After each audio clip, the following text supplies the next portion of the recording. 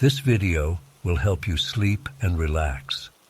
But before we begin, I would like to know which city you're from and what time you're watching this.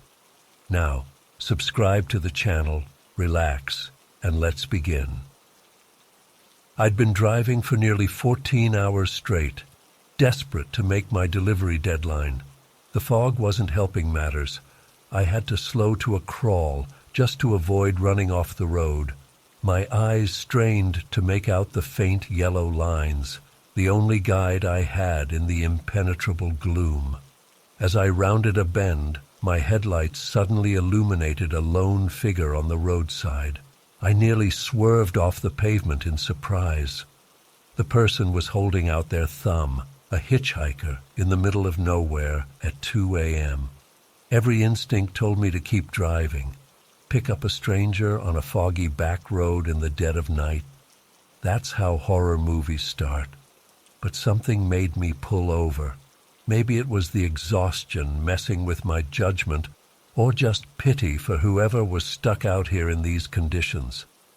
I eased the big rig onto the shoulder and opened the passenger door. A man climbed in, tall and thin, with gaunt features partially obscured by the deep hood of his jacket. He smelled faintly of damp earth and decay. "Thanks for stopping," he said in a raspy whisper. "Not many folks would on a night like this." "No problem," I replied, trying to sound casual while unease prickled along my spine. "Where you headed?" He was silent for a long moment, staring out at the fog-shrouded road. Just as the silence was becoming unbearable, he spoke, "As far as you'll take me." We drove in tense silence for several miles. I kept shooting sidelong glances at my strange passenger, but he remained motionless, staring straight ahead. The fog seemed to press in even closer around us, as if trying to isolate us from the rest of the world. Finally, desperate to break the suffocating quiet, I attempted some small talk. "So, what brings you out this way so late?" He turned to look at me, and I had to suppress a shudder. His eyes seemed unnaturally dark in the dim cab light, like empty sockets. "I'm always out here," he replied cryptically, "walking these roads, waiting." "Waiting for what?" I asked, instantly regretting the question. His lips curled into what might have been a smile, but looked more like a grimace. "For someone to pick me up." The hairs on the back of my neck stood up. I gripped the steering wheel tighter, focusing intently on the road ahead. "Say," the hitchhiker said suddenly, "do you believe in ghosts?" I let out a nervous chuckle. "Ghosts? Nah, not really my thing." "You should," he said, his voice taking on an odd, hollow quality. "They're all around us, you know, especially on nights like this. The veil between worlds grows thin in the fog." I felt a chill run down my spine. This guy was seriously creeping me out. I stepped on the gas a little, eager to reach the next town and drop off my unwelcome passenger. "Have you ever seen one?" he pressed. "A ghost, I mean." "Can't say that I have," I replied tersely. He leaned in closer, and I could feel his cold breath on my ear as he whispered, "Would you like to?" Before I could respond, he suddenly shouted, "Stop the truck!" I slammed on the brakes instinctively, the big rig skidding on the wet pavement. By the time I regained control and pulled onto the shoulder, the hitchhiker had already thrown open the door and leapt out into the fog. "Hey!" I called out, but he had vanished into the mist like he'd never been there at all. My heart was pounding. What the hell just happened? Part of me wanted to get back on the road immediately, but I couldn't just leave him out here. I grabbed my flashlight and climbed down from the cab. "Hello?" I called out, sweeping the beam across the road. The fog swallowed up the light after just a few feet. "Are you okay?" No response. I took a few hesitant steps away from the truck, peering into the murk. Nothing but silent, swirling gray in every direction. A twig snapped somewhere in the darkness beyond my flashlight's reach. I whirled around, my pulse quickening. "Hello, is someone there?" More silence. Then so faint I almost missed it. A whisper. "I'm waiting." I stumbled backward, nearly dropping the flashlight. The voice seemed to come from everywhere and nowhere at once. Waiting for what?" I stammered. "For you to see me," the voice replied, closer now. I ran back to the truck, clambering into the cab and slamming the door. My hands shook as I turned the key, willing the engine to start. Just as the diesel roared to life, I saw movement in my side mirror. A figure, indistinct in the fog, was approaching rapidly from behind the trailer. I threw the truck into gear and floored it. The tires spun on the wet shoulder before finding purchase. I merged back onto the road, picking up speed. In the rearview mirror, I could see a shape emerging from the fog behind me. It was keeping pace with the truck, even as I pushed past 60 mph. How was that possible? I blinked hard, certain I must be hallucinating from fatigue. When I looked again, the figure was gone. I let out a shaky breath, trying to slow my racing heart. Then I heard it, a faint tapping on the roof of the cab. Tap, tap, tap. I let out a strangled cry, swerving wildly. The tapping grew louder, more insistent. Tap, tap, tap. "No, no, no, no," I muttered, gripping the wheel so tight my knuckles turned white. This couldn't be happening. It wasn't real. It couldn't be real. Suddenly, a face appeared outside my driver's side window. The hitchhiker, but changed. His skin was a sickly gray, his eyes glowing with an eerie light. He matched the truck's speed effortlessly, grinning at me with two sharp teeth. I screamed and jerked the wheel hard to the right. The truck careened off the road, plowing through underbrush. I caught a glimpse of trees rushing toward me before everything went black. I woke up sometime later to the sound of sirens. Red and blue lights pulsed through the fog. As my vision cleared, I saw paramedics and police swarming around my overturned truck. "He's awake," someone shouted. "Sir, can you hear me? Don't try to move." I was strapped to a backboard and loaded into an ambulance. The EMTs peppered me with questions, but I was too dazed to answer. My mind was reeling, trying to make sense of what had happened. It turned out I'd been incredibly lucky. The truck had smashed into a stand of trees, but I'd escaped with only minor injuries. The police were baffled by the accident. There were no skid marks, no sign of what had caused me to leave the road. I didn't tell them about the hitchhiker. How could I? They'd think I was crazy or on drugs. Hell, maybe I was crazy. Maybe the whole thing had been some kind of exhaustion-fueled hallucination. But in the weeks and months that followed, I couldn't shake the feeling that it had been real.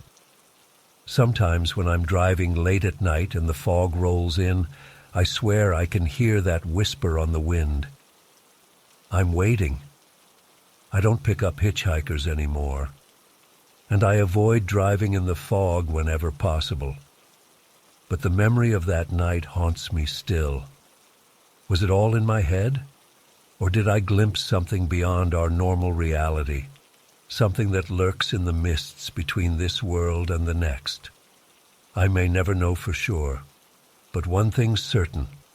I'll never forget the terror of that foggy night, or the face of the hitchhiker who wasn't quite human.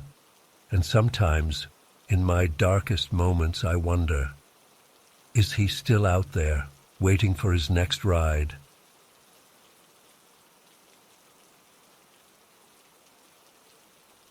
My parents had gone out for their monthly date night, leaving me home alone. I was excited for a peaceful evening of binge-watching my favorite shows and stuffing my face with junk food. As the sun set, I settled onto the couch with a big bowl of popcorn, ready to lose myself in the latest teen drama. A couple hours in, I heard a faint thudding sound coming from downstairs. At first, I tried to ignore it. Our old house was always making weird noises, especially at night. But as the sounds grew louder and more distinct, a chill ran down my spine. They weren't the usual creaks and groans of settling floorboards. These were deliberate thuds, like heavy footsteps. My heart started racing as I muted the TV, straining to listen. The sounds were definitely coming from the basement. Part of me wanted to just curl up on the couch and pretend I hadn't heard anything. But curiosity got the better of me. Trembling slightly, I crept towards the basement door and pressed my ear against it. Thud, thud, thud. There was no mistaking it now. Those were footsteps. Someone was down there. Panic seized me as my mind raced through the possibilities. Had I forgotten to lock the back door? Was it just a raccoon that had somehow gotten in? Or was it something much worse? With shaking hands, I grabbed my phone and turned on the flashlight. I knew I should call my parents or the police, but some foolish part of me still hoped there was a logical explanation. Taking a deep breath, I slowly turned the doorknob and peered down the dark staircase.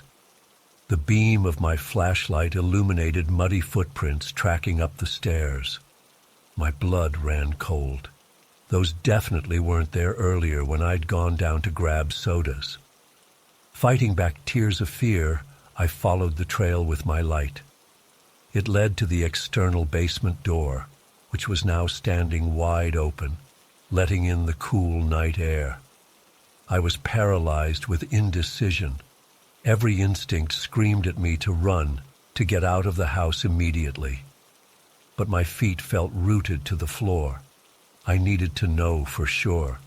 Gathering every ounce of courage, I took my first tentative step down the creaky wooden stairs. My heart was pounding so loudly, I was sure anyone down there would hear it. I swept my flashlight back and forth, illuminating the cluttered basement filled with old furniture and dusty boxes. That's when I saw him. A dark figure wearing a black hoodie and what looked like a white mask, crouched behind my dad's workbench. For a split second, our eyes met, and time seemed to stand still. Then he lunged towards me. I screamed and scrambled backwards up the stairs, nearly falling in my haste, but he was faster. In 2 bounds, he reached the bottom of the staircase, blocking my only escape route. I was trapped, tears streaming down my face. I backed up against the wall. "Please," I whimpered. "Please don't hurt me." He didn't say a word, just stood there menacingly. I could hear his ragged breathing behind the mask. My legs were shaking so badly I thought I might collapse. In that moment of paralyzing fear, survival instinct kicked in. I remembered the ancient couch we'd shoved in the corner years ago. Without thinking, I dove behind it, wedging myself into the tiny gap between the couch and the wall. I heard his heavy footsteps approaching and curled into a tight ball, trying to make myself as small as possible. Tears silently streamed down my face as I prayed he wouldn't find me. I could see his feet through the gap under the couch as he prowled around, searching. With trembling fingers, I managed to pull my phone from my pocket. I knew I only had one chance. As quietly as I could, I dialed 911 and pressed the phone to my ear. "911, what's your emergency?" The operator's calm voice was like a lifeline. I couldn't risk speaking, but I tapped the phone urgently, praying she would understand. "Hello? Is anyone there? If you're in danger and can't speak, tap once for yes." I tapped once, my heart in my throat. "Okay, I understand. I'm sending officers to your location now. Stay on the line with me." I wanted to sob with relief, but I forced myself to stay silent. I could still hear him moving around the basement, overturning boxes and opening closets. Each sound made me flinch.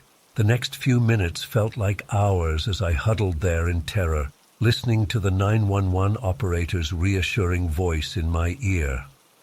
Finally, I heard the blessed sound of sirens in the distance. The intruder heard them too. His footsteps quickened, heading for the external door. I heard it slam shut, and then silence fell over the basement. I stayed frozen in place until I heard the police entering the house, calling out. Only then did I finally break down, my body racked with sobs of fear and relief. The rest of the night passed in a blur. Police swarming the house, my parents rushing home in a panic, answering endless questions. They never caught the guy. The police said he'd probably been watching the house, waiting for a chance to break in. The muddy footprints were the only trace he left behind. It's been months now, but I still have nightmares about those terrifying moments in the basement. I can't stand being home alone anymore. Every creak and thud sends me into a panic. I keep replaying that night over and over, imagining all the horrible things that could have happened. My parents installed a security system and extra locks, but it doesn't help. I know now how quickly your sense of safety can be shattered. That night stole my peace of mind, my confidence, my trust in the world. I'm jumping at shadows, always looking over my shoulder. I don't know if I'll ever feel truly safe again. That masked figure haunts me, a nameless, faceless embodiment of my worst fears. Some nights I wake up gasping, convinced he's standing over my bed. Everyone tells me I'm lucky, that it could have been so much worse. I know they're right, but knowing that doesn't stop the fear. It doesn't erase the memory of those footsteps coming closer, of being trapped and helpless. I'm trying to move forward, to reclaim my life. But a part of me is still huddled behind that musty old couch, shaking in terror, waiting to be found. Orkara.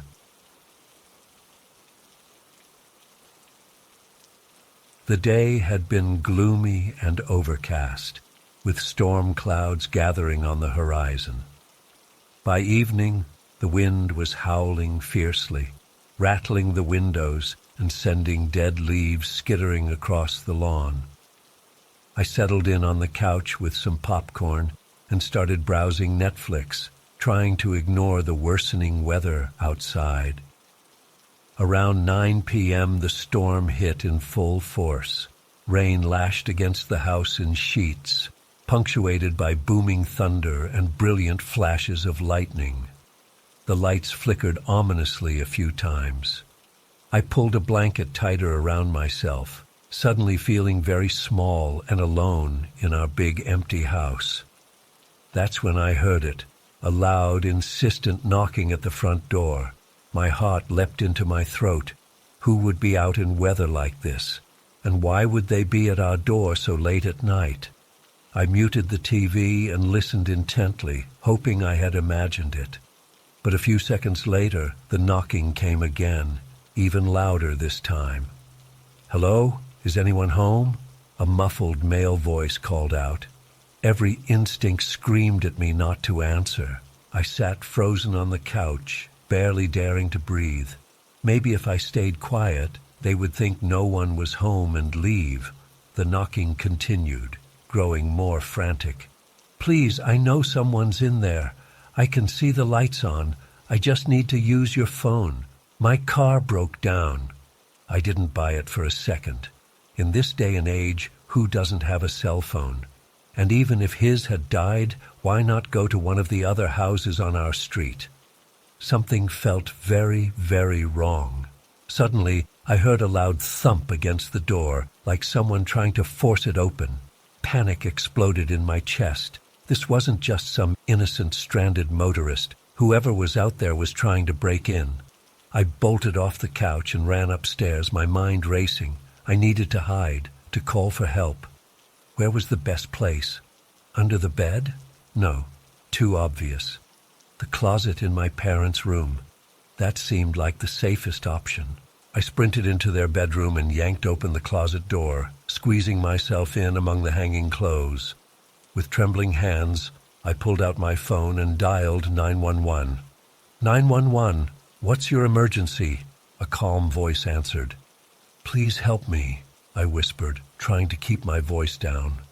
Someone's trying to break into my house. I'm home alone and I'm scared. Okay, stay calm. What's your address?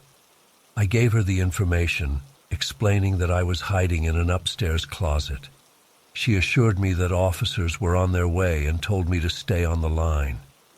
Just then I heard a resounding crash from downstairs. Oh God, he was inside the house. Tears streamed down my face as I pressed myself further back into the closet, praying he wouldn't find me. Heavy footsteps pounded up the stairs. I clamped a hand over my mouth to stifle my panicked breathing. The bedroom door creaked open. I know you're in here, a gruff voice called out. Why don't you come out and we can have a nice chat? I squeezed my eyes shut, willing myself to disappear. The footsteps came closer, closer, and then, miraculously, I heard sirens in the distance. The intruder swore loudly.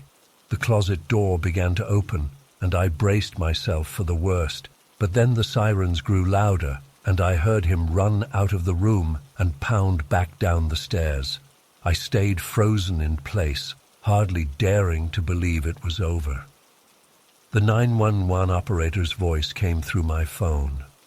The police have arrived at your house. Stay where you are until an officer comes to get you, okay? A few minutes later, which felt like hours, there was a gentle knock on the closet door. Police department, a woman's voice called. You can come out now. You're safe. I stumbled out of the closet on shaky legs. A kind-faced female officer stood there, quickly wrapping a blanket around my shoulders and guiding me downstairs. The scene that greeted me was chaos. Red and blue lights flashed through the windows. Several officers milled about, and I could see a man in handcuffs being put into a police car outside. They sat me down and got my statement. Apparently, the man was a local criminal who had been breaking into houses during storms, using the noise as cover. If I hadn't called when I did, I shuddered to think what might have happened. My parents rushed home that night, horrified at what had occurred. In the weeks and months that followed, we beefed up our home security system, and I started seeing a therapist to deal with the trauma. But to this day, over a decade later, I still can't shake the lingering fear. Every time a storm rolls in, I'm instantly on edge. The sound of rain on the roof sends my heart racing. I triple-check the locks, draw all the curtains, and huddle in bed until it passes. I know logically that I'm safe now. That man is in prison, our house is secure, and I'm no longer that vulnerable teenager. But some part of me is always going to be that terrified girl hiding in the closet, praying for the nightmare to end. If there's one thing I've learned from this experience, it's to always trust your instincts. If something feels off, it probably is. Don't be afraid to call for help. Those police officers saved my life that night, and I'll be forever grateful. I still struggle with anxiety, especially during storms. But I'm working on it day by day, and I know that no matter how dark and scary things may seem, the storm always passes eventually. You just have to hang on and remember that you're stronger than you think.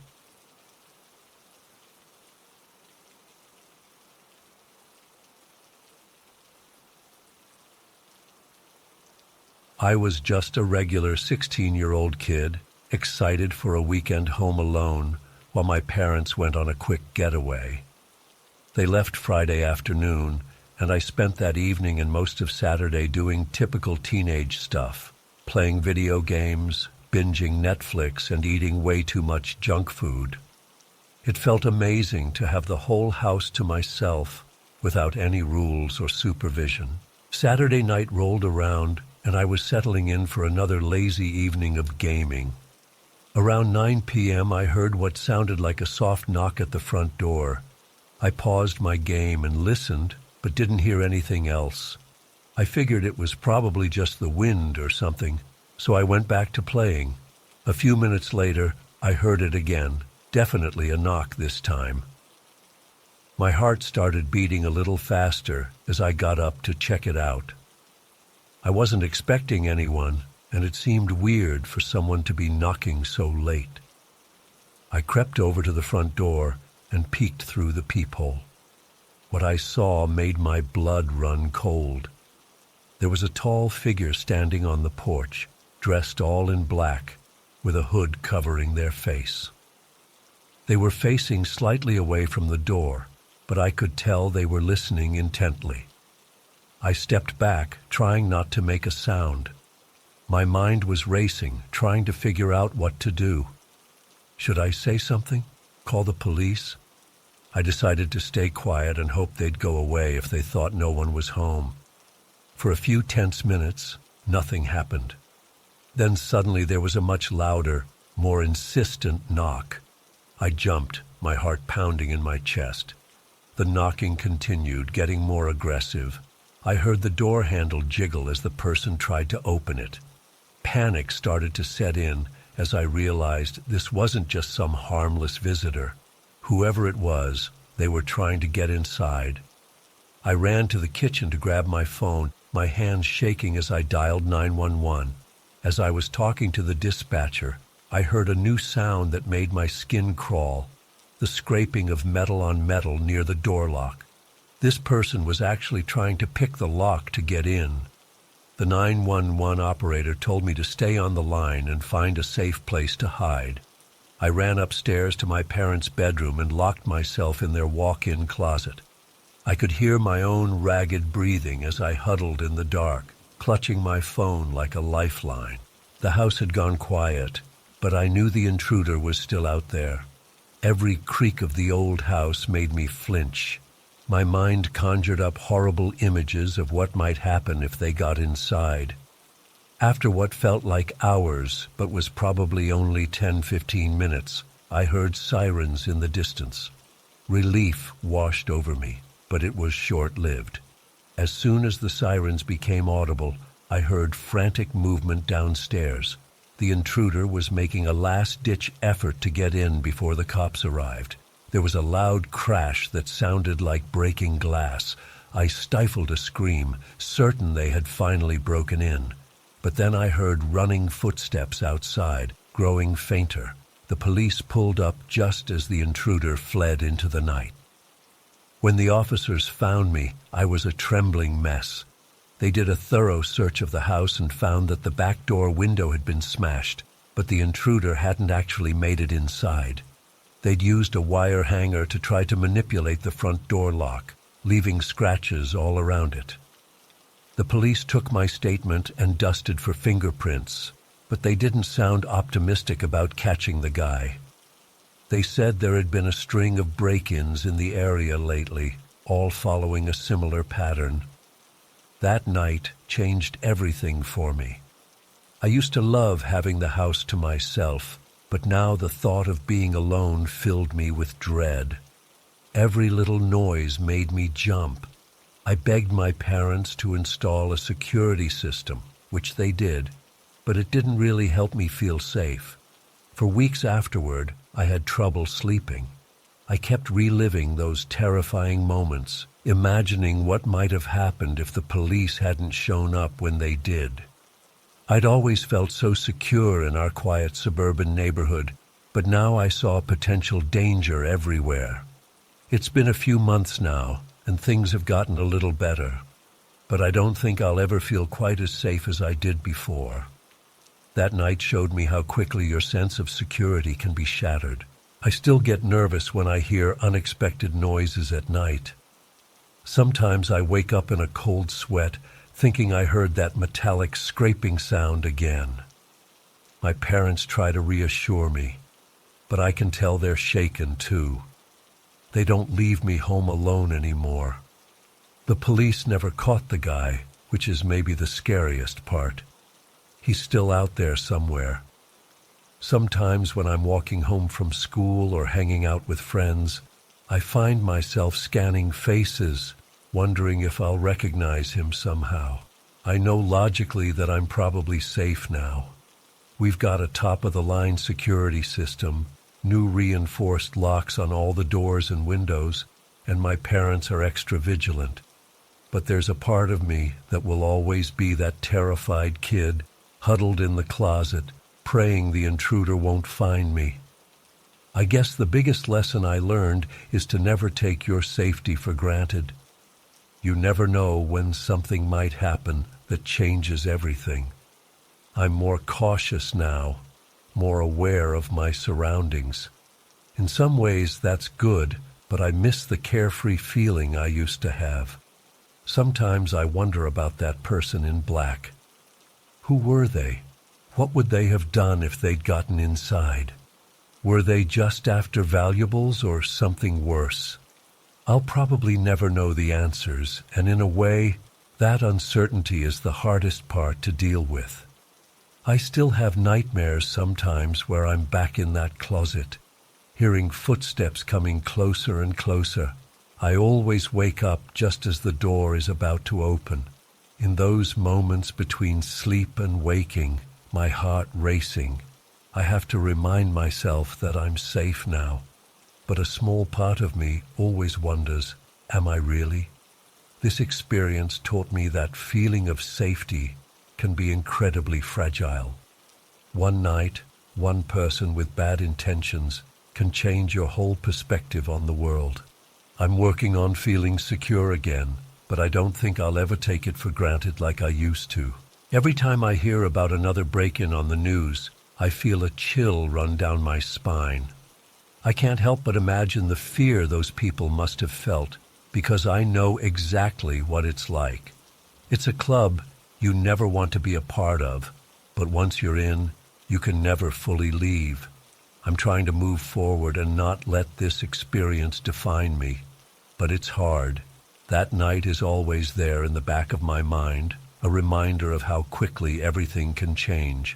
I'm grateful nothing worse happened, but the fear and uncertainty of those hours alone in the house with someone trying to break in will stay with me forever.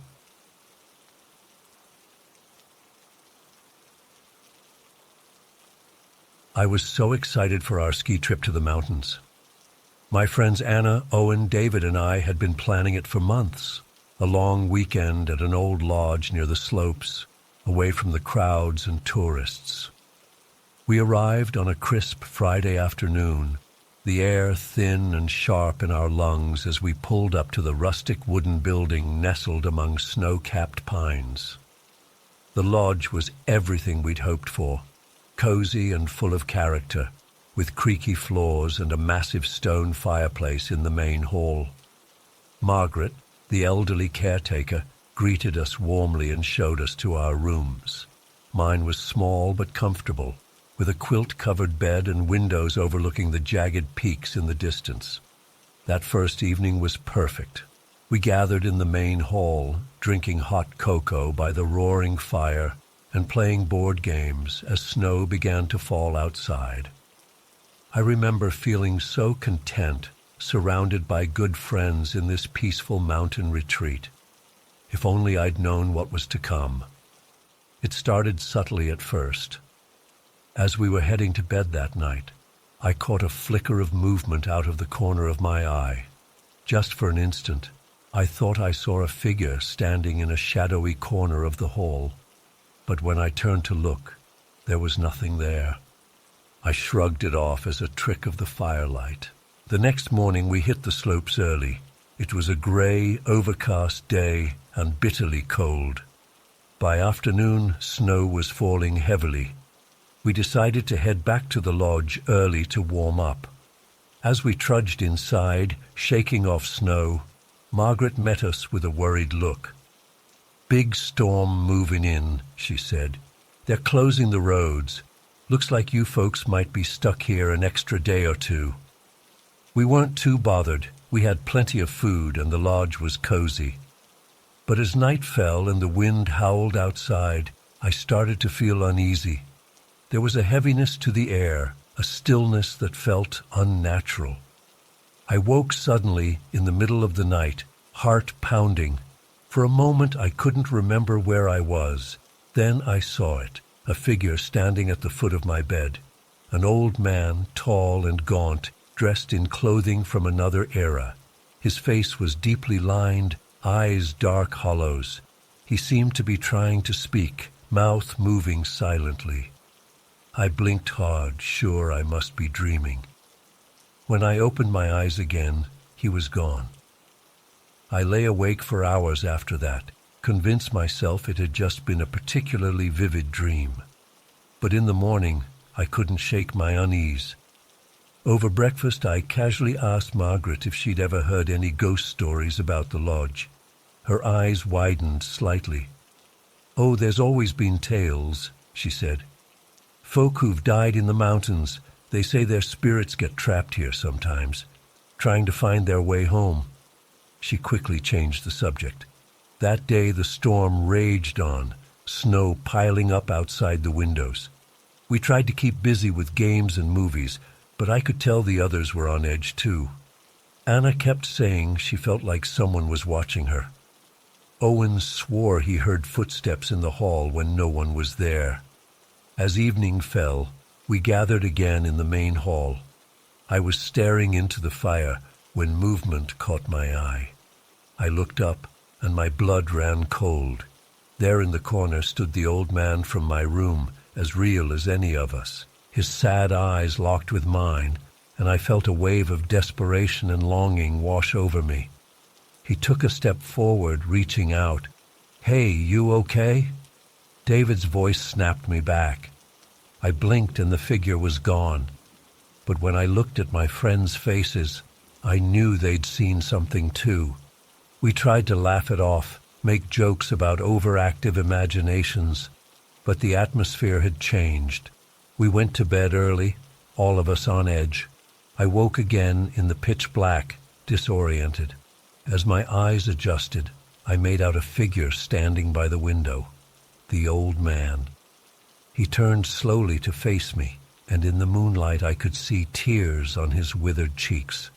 He opened his mouth as if to speak, but no sound came out. Then he raised a trembling hand and pointed urgently at something behind me. I wanted to look, to see what he was indicating, but I was frozen in terror. My heart was hammering so hard I thought it might burst. I squeezed my eyes shut, praying for this to be another dream. When I finally worked up the courage to open them, he was gone. I barely slept after that. At first light, I went to wake the others. They all looked as haggard as I felt. Without discussing it, we started packing our things. Margaret seemed unsurprised when we told her we were cutting our trip short. "Storm's letting up," she said. "Roads should be clear in an hour or so." As we loaded up the car, I took one last look at the lodge. For just a moment, I thought I saw a face in an upstairs window, gaunt and sorrowful, watching us leave. Then it was gone. The drive home was quiet, all of us lost in our own thoughts. We've barely talked about what happened that weekend. But sometimes I still dream of that old man with the hollow eyes, trying desperately to tell me something. And I wonder what secrets that lodge in the mountains is still keeping.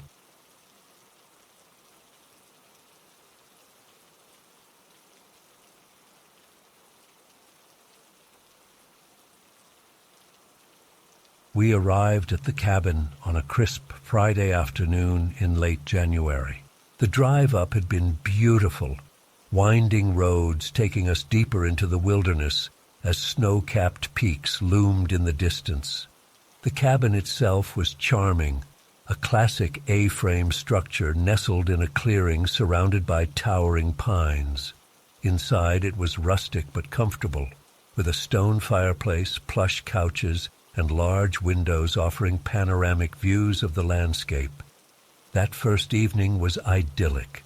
We got a roaring fire going, cracked open some beers, and settled in for a night of catching up and relaxation. Around 9 p.m., Fat snowflakes began drifting down outside. We all gathered by the window to watch, marveling at how quickly the snow was accumulating. Within an hour, several inches had already blanketed the ground. "Looks like we picked the perfect weekend for a cozy cabin getaway," Alex remarked. If only we had known then just how wrong he was. The next morning, we awoke to find ourselves in a winter wonderland. At least 2 feet of snow had fallen overnight, transforming the forest into a silent, white dreamscape. After a hearty breakfast, we bundled up and ventured outside to explore. The beauty was breathtaking. Pristine snow as far as the eye could see, icicles glittering on tree branches, our boots crunching satisfyingly with each step. As afternoon approached, dark clouds began rolling in ominously. The wind picked up, whipping snow into miniature tornadoes. We hurried back inside just as the storm hit in full force. Gusts of wind howled around the cabin, rattling the windows. The snow was falling so thick and fast that we could barely see past the porch. "Holy shit, it's really coming down out there," Mike said, peering out the window. "Good thing we stocked up on supplies. Looks like we might be stuck here for a while." We tried to make the best of it, cranking up the fireplace and breaking out the board games. But as night fell and the storm showed no signs of letting up, an uneasy feeling began to settle over me. The howling wind sounded almost like voices at times. Shadows seemed to flicker at the edge of my vision. I tried to shake it off as my imagination running wild, but I couldn't quite relax. Around 10 p.m., we were in the middle of a heated game of Monopoly when a loud thump made us all jump. It sounded like something heavy had hit the front door. "What the hell was that?" Maria asked, her eyes wide. "Probably just a branch blown by the wind," Alex said with forced nonchalance. "I'll go check." He got up and went to the door, peering out the peephole. "I don't see anything," he reported. "Must have been the wind." We tried to return to our game, but the carefree mood had evaporated. Everyone seemed on edge, glancing nervously at the windows and door. About 15 minutes later, another loud thump came from the back door this time. Mike jumped up. "Okay, that was definitely not the wind. Someone's out there." "Don't be ridiculous," I said, trying to stay calm. "Who would be out in this storm? It's probably just debris being blown around." But even as I said it, I didn't quite believe it. The thumps had sounded deliberate, almost like knocking. We huddled together in the living room, straining our ears. For several long minutes, all we could hear was the howling wind. Then suddenly, thump, thump, thump, 3 sharp knocks in quick succession on the front door. Maria let out a strangled cry. "Oh my God, there is someone out there!" Panic started to set in. Who could possibly be out in this blizzard? And why were they trying to get into our cabin? I fumbled for my phone, desperately hoping to call for help, but there was no signal. We were completely cut off. The knocking continued, sometimes at the front door, sometimes at the back. It would stop for a while, lulling us into thinking it was over, only to start up again, just as we began to relax. We took turns peering out the windows and door peepholes, but could never see anyone or anything. As the night wore on, our terror grew. We piled furniture in front of the doors as makeshift barricades. We armed ourselves with whatever we could find: fireplace pokers, kitchen knives, heavy candlesticks. No one dared to sleep. We just huddled together, jumping at every sound. Around 3 a.m., the knocking finally seemed to stop. We held our breath, hardly daring to hope it was over. That's when we heard it, the unmistakable sound of footsteps on the roof above us. Thump, thump, thump. Slow, deliberate steps moving across the ceiling. Maria began to sob quietly. Mike looked like he was about to be sick. I felt paralyzed with fear, my heart pounding so hard I thought it might burst from my chest. The footsteps continued for what felt like hours, pacing back and forth overhead. Sometimes they would pause for long stretches, only to start up again, just as we thought they had stopped. It was maddening. I kept expecting the ceiling to cave in, for some horrific creature to come crashing down on us. As the first dim light of dawn began to filter through the windows, the footsteps finally ceased. We waited, scarcely breathing, for several minutes. When nothing further happened, we cautiously began to stir. "We need to get out of here, now." Alex's voice was hoarse but determined. No one argued. We threw our belongings haphazardly into our bags and made a mad dash for the car. The storm had died down overnight, leaving behind a hushed, eerie stillness. As Mike fumbled with the keys, I glanced back at the cabin. For a split second, I thought I saw a dark figure in one of the upstairs windows.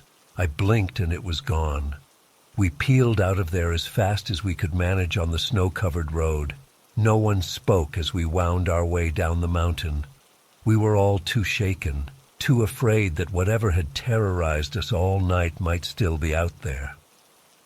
When we finally reached the nearest town, we went straight to the police station. The officers were skeptical of our story, but agreed to send a patrol car to check out the cabin. They called us later that day to say they had found nothing out of the ordinary, no signs of intruders, no footprints in the snow, nothing to corroborate our claims of knocking or rooftop prowlers. To this day, I have no explanation for what happened that night. My friends and I don't talk about it much. It's like we have a silent agreement to try and forget the whole thing. But I know none of us will ever truly shake the terror of those endless hours, trapped in that cabin with some unseen presence that seemed intent on tormenting us. Sometimes I still wake up in a cold sweat, my heart racing, convinced I can hear that slow, steady knocking echoing through the darkness. I don't think I'll ever feel truly safe in the woods again.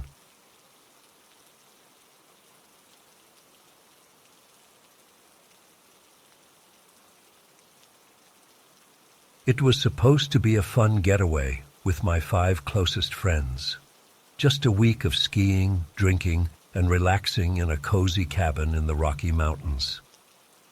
We had been planning the trip for months, eagerly anticipating the chance to hit the slopes and unwind. The first few days were exactly what we had hoped for. Perfect powder conditions, breathtaking views, and nights filled with laughter around the fireplace. On our 3rd evening there, we were swapping stories over beers when my friend Matt mentioned hearing about a local legend of a skier who had gone missing in the area decades ago. According to Matt, back in the 1950s, an experienced skier had ventured out alone during a nasty blizzard, despite warnings from locals. He was never seen again. Search parties combed the mountains for weeks but found no trace. Some claimed his ghost still roamed the forests, eternally searching for a way back home. We all chuckled at the spooky tale, making jokes about keeping an eye out for any spectral skiers on the slopes. I dismissed it entirely as nothing more than local folklore meant to spook tourists. If only I had known then how wrong I was. The next day, an intense storm moved in unexpectedly. The ski resort shut down early due to safety concerns, so we decided to hunker down in the cabin for the night. As darkness fell, the wind howled fiercely, rattling the windows. We kept ourselves entertained with board games and more drinks, but I found myself growing restless as the night wore on. Around midnight, unable to sleep, I decided to step out onto the back porch for some fresh air. As I opened the door, I was hit with a blast of frigid wind. The storm had died down somewhat, but fat snowflakes were still falling steadily. That's when I noticed something odd, a single set of ski tracks in the fresh snow, leading from the edge of the woods towards our cabin. My first thought was that one of my friends must have snuck out for a midnight ski run, but that made no sense. The resort was closed, and none of them would be foolish enough to go out alone in these conditions. Curiosity got the better of me. I grabbed my coat, boots, and a flashlight, then set out to follow the tracks.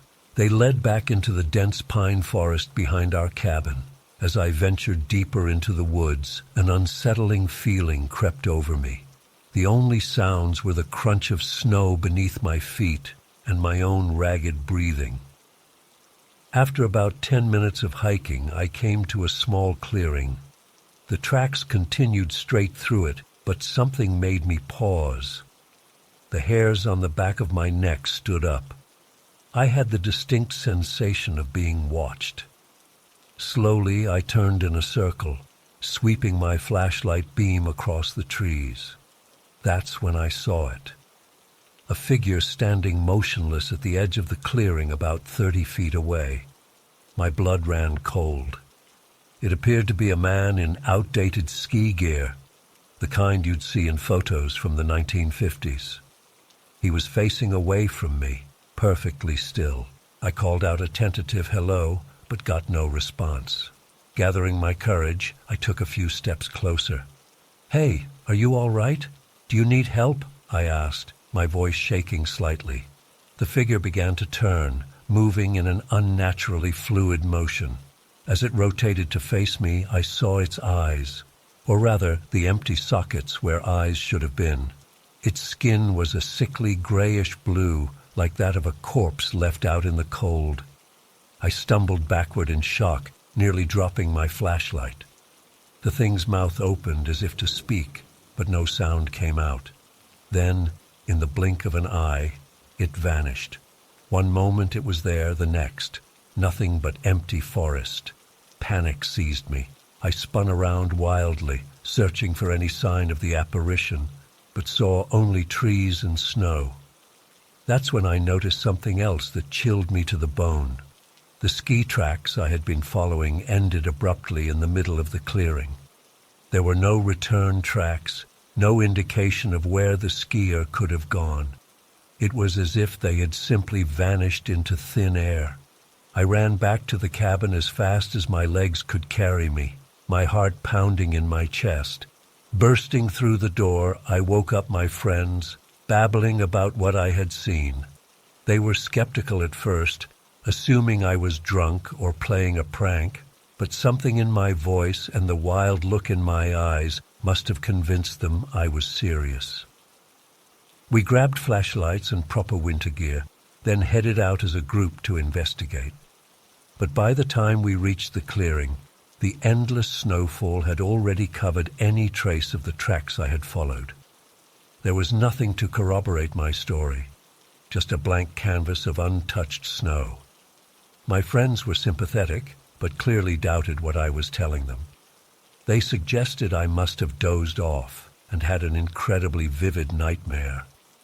Part of me wanted to believe that explanation, but I knew in my gut that what I experienced was real. We cut our trip short and left the next morning.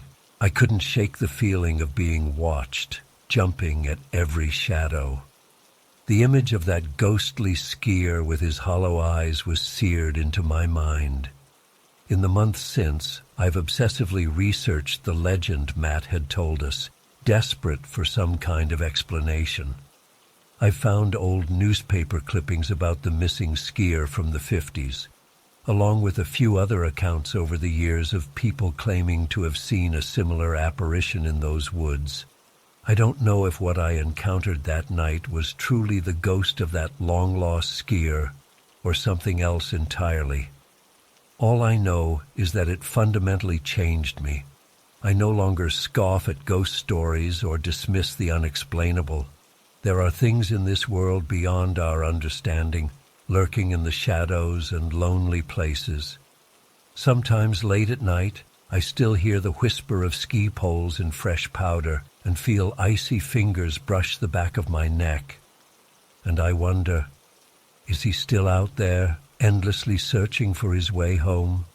Or is he destined to roam those snowy forests for eternity, occasionally revealing himself to unsuspecting travelers like myself? I may never know the truth, But one thing's for certain. I'll never look at a snowy forest the same way again. And I'll think twice before dismissing the next spooky campfire tale I hear. Because sometimes the legends are true, and sometimes the ghosts are real.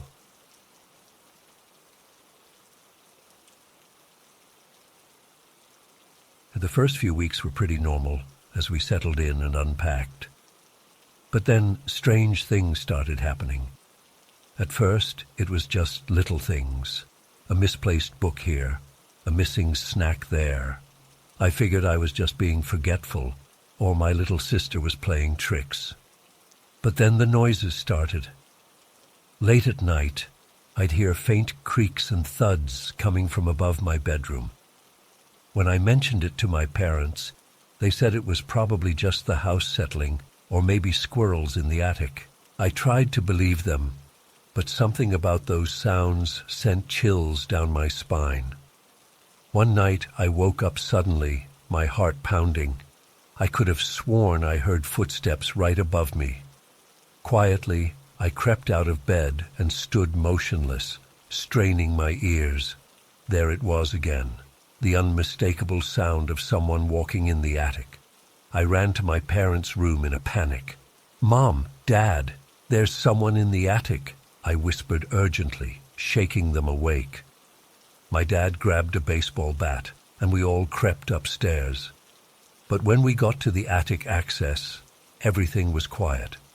We searched around, but found nothing out of place. My parents gently suggested I'd had a bad dream and sent me back to bed, but I knew what I'd heard. After that night, I started paying closer attention. I noticed little things disappearing more frequently. Snacks from the pantry, sodas from the fridge, even some of my clothes. When I pointed it out, my parents just assumed we were going through groceries faster than expected in the new house. But then one day I came home from school to find my bedroom in disarray. Drawers were open, clothes strewn about. At first I thought we'd been robbed, but nothing valuable was missing. Just some of my hoodies and t-shirts.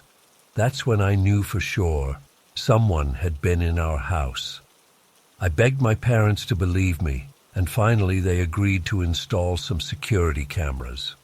For a few days, nothing happened. But then one afternoon when we were all out, the cameras caught something chilling. A scraggly-looking man emerged from a hidden entrance in the attic, casually strolling through our house like he owned the place. He rummaged through the kitchen, grabbing food and drinks. Then he wandered into the bedrooms, going through our belongings. Finally, he returned to the attic with his haul. We were all horrified watching the footage. This stranger had been living right above us for months, coming and going as he pleased. The police determined he was a homeless man who had known the previous owners and found a way to access the house through a concealed entrance in the roof. That night, my dad stationed himself in the living room, waiting. Sure enough, around 2 a.m., we heard movement. The man had no idea we were onto him. As he came down the attic stairs, my dad confronted him. There was a brief scuffle, but my dad managed to subdue him until the police arrived. As they took him away, the man looked at us with dead eyes and said, "This was my home long before it was yours." I'll never forget the chill that went through me in that moment. In the days that followed, we learned more of the horrifying truth. The man had been sneaking in and out for nearly 6 months, even before we'd moved in. He'd watch us through vents, eavesdrop on conversations, and help himself to our food and belongings while we slept. The idea that this stranger had been living right above us, invading our privacy in the most intimate way, was almost too much to bear. We found his makeshift living space in a hidden corner of the attic, a grimy sleeping bag, piles of our missing belongings, even a bucket he'd been using as a toilet. The stench was overwhelming. I couldn't believe we hadn't noticed it before. My little sister was traumatized, having nightmares about the attic monster. My parents tried to stay strong, but I could see the fear and guilt in their eyes. How could they have missed the signs? How could they have failed to protect us? We had the house swept for other hidden entrances and installed an advanced security system, but it wasn't enough. Every creak, every shadow made us jump. We'd wake up in the middle of the night, convinced we heard footsteps. The feeling of violation, of our sanctuary being invaded, was too much to shake. After a few weeks of sleepless nights and constant anxiety, my parents made the difficult decision to move. We couldn't live in that house anymore, not with the memories of what had happened. As we packed up our belongings, I couldn't help but wonder, how many of these things had he touched? Had he worn my clothes? Slept in my bed while I was at school? The thought made my skin crawl. We moved to a new town, far away from Maple Grove. But the experience changed us forever. We're much more cautious now, always double-checking locks and investigating strange noises. I find myself constantly looking over my shoulder, wondering if someone is watching me. Sometimes I still have nightmares about those footsteps in the attic. I wake up in a cold sweat, convinced there's someone in the house. It takes me a while to remember we're safe now, that it's all in the past. But deep down, I know the truth. Nowhere is truly safe. Even in the places we feel most secure, danger can be lurking just out of sight. The man in our attic taught us that in the most terrifying way possible. I often wonder about him. What drove him to live that way? How many other houses had he invaded? Were there other families out there, blissfully unaware of the stranger living right above them? The whole experience has made me much more aware of my surroundings. I notice things now that I never would have before. A slightly ajar window, an unfamiliar car parked on the street, the faint sound of movement when the house should be empty. Some might call it paranoia, but I see it as a necessary vigilance. My parents try to reassure me that what happened was a freak occurrence, that lightning doesn't strike twice. But I can't shake the feeling that our sense of security is just an illusion. After all, we had no idea our perfect suburban home was harboring such a dark secret. I've become obsessed with home security, constantly researching new systems and methods to protect ourselves. My room is now a fortress, with multiple locks on the door and window alarms. Some might think it's overkill, but they haven't lived through what we did. The incident has affected my relationships too. I find it hard to trust people now, always wondering what secrets they might be hiding. When I visit friends' houses, I can't help but look for signs of hidden entrances or listen for unexplained noises. It's exhausting, but I can't turn it off. As time passes, the raw fear has faded somewhat, replaced by a constant low-level anxiety. I'm trying to move on, to not let this experience define me. But it's hard when every bump in the night sends your heart racing, when every unfamiliar face makes you wonder, could you be living in someone's attic? I know I need to find a balance between caution and paranoia, but it's a daily struggle. The world feels like a much more dangerous place now that I know how easily our sense of safety can be shattered. If there's one thing I've learned from all this, it's to trust your instincts. If something feels off, investigate. Don't brush off strange occurrences or unexplained phenomena. It could be nothing, or it could be a warning sign of something much worse. Our experience may have been extreme, but it serves as a stark reminder that we can never be too careful. Home should be a sanctuary, a place of safety and comfort. But sometimes the greatest threats are the ones we invite in without even knowing it. So check your locks, secure your windows, and maybe think twice about that weird noise in the attic, because you never know who might be living right above you, waiting for the perfect moment to strike.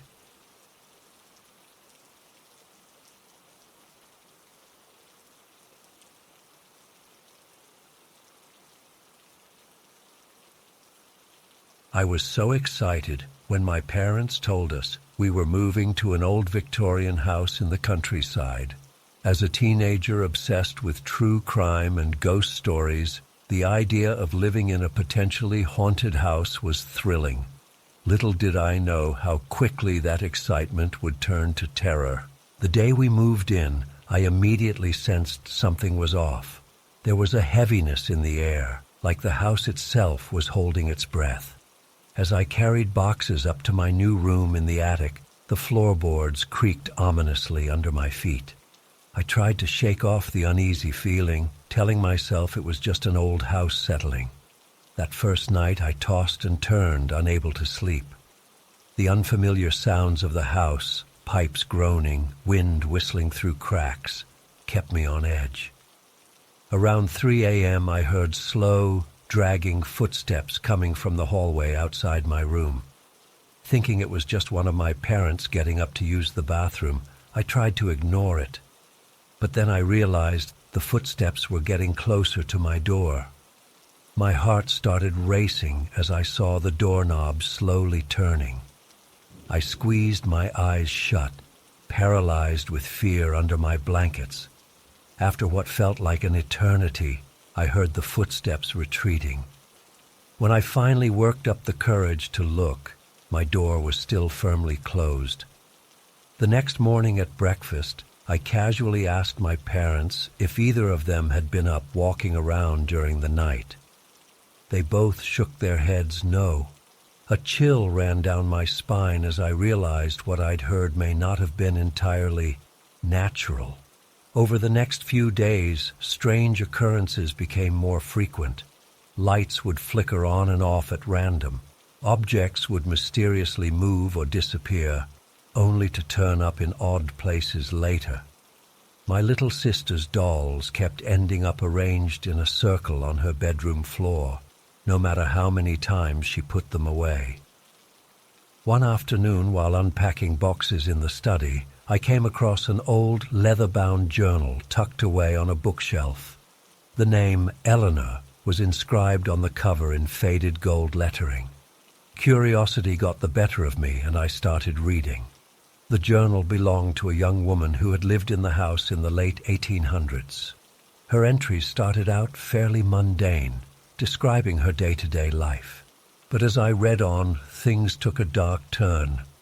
Eleanor wrote about strange happenings in the house, eerie sounds, objects moving on their own, glimpses of shadowy figures.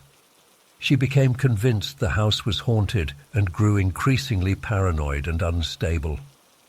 The final entry, written in shaky handwriting, simply said, "It's here. God help me." I slammed the journal shut, my hands trembling. What had happened to Eleanor? And were the things she described in her journal the same phenomena we were experiencing now? That night I woke up suddenly around 2 a.m. The air felt thick and charged, like right before a thunderstorm. As I lay there trying to calm my racing heart, I heard it, soft sobbing coming from somewhere in the house. I tiptoed out of my room and followed the sound to the end of the hallway. It seemed to be coming from behind a small door I'd never noticed before. Heart pounding, I slowly turned the doorknob and peered inside. It was a tiny, closet-like room with a single bare light bulb hanging from the ceiling. And huddled in the corner was the ghostly figure of a young woman in an old-fashioned dress, her face buried in her hands as she wept. I stumbled backwards with a strangled gasp. The woman's head snapped up, and for a split second, her eyes locked with mine. They were filled with such anguish and despair that I felt it like a physical blow. Then she vanished, leaving nothing but a cold spot in the air. I ran back to my room and dove under the covers, shaking uncontrollably. I knew without a doubt that I had just seen the ghost of Eleanor. The next morning I tried to tell my parents what I'd seen, but they brushed it off as a vivid nightmare. They'd never been believers in the paranormal and weren't about to start now. But I could tell the constant unexplained occurrences were starting to wear on them too. My mom jumped at every little sound, and my dad developed dark circles under his eyes from lack of sleep. Things escalated quickly after that. Cabinet doors would slam shut on their own. We'd hear disembodied whispers and footsteps when no one else was home. My sister woke up one night to find all her stuffed animals floating in midair above her bed. But the worst was yet to come. One evening, we were all in the living room watching TV when the lights started flickering wildly. A bone-chilling scream echoed through the house, and a gust of icy wind blew through, extinguishing all the lights. In the darkness, I saw a glowing figure materialize in the center of the room. It was Eleanor, but not the weeping, fragile ghost I'd seen before. This Eleanor radiated fury and malevolence. Her eyes blazed with an otherworldly light as she pointed an accusing finger at us. In a voice that seemed to come from everywhere at once, she shrieked, "Get out! This is my house!" Objects started flying around the room as if caught in a whirlwind. Picture frames shattered against the walls. Books flew off shelves. The couch we were sitting on began to shake violently. We ran for our lives, not even stopping to grab shoes or coats. We piled into the car and sped away into the night, the sounds of Eleanor's rage echoing behind us. We drove for hours, eventually ending up at a cheap motel on the outskirts of the city. The next day, my parents made some calls, and we moved into a small apartment downtown. We left everything behind in that house, too scared to go back even to pack our belongings. It's been a few months now, and we're slowly trying to rebuild our lives, but the trauma of what we experienced still haunts us. I have nightmares almost every night about Eleanor's ghostly face. My sister refuses to sleep with the lights off. My parents argue constantly, the stress of what happened taking its toll on their relationship. I've done some research since then and discovered the tragic history of the house. Apparently, Eleanor had been brutally murdered there by her abusive husband. Her body was never found. Local legend says her spirit is trapped in the house, reliving her trauma and lashing out at any living inhabitants. Sometimes I wonder if we should have tried to help Eleanor somehow, to free her restless spirit. But mostly I'm just grateful we made it out alive. I'll never again dismiss ghost stories as mere fiction. I've seen firsthand how real and terrifying the paranormal can be. That house may have looked like a dream come true on the outside, but inside it was nothing short of a nightmare.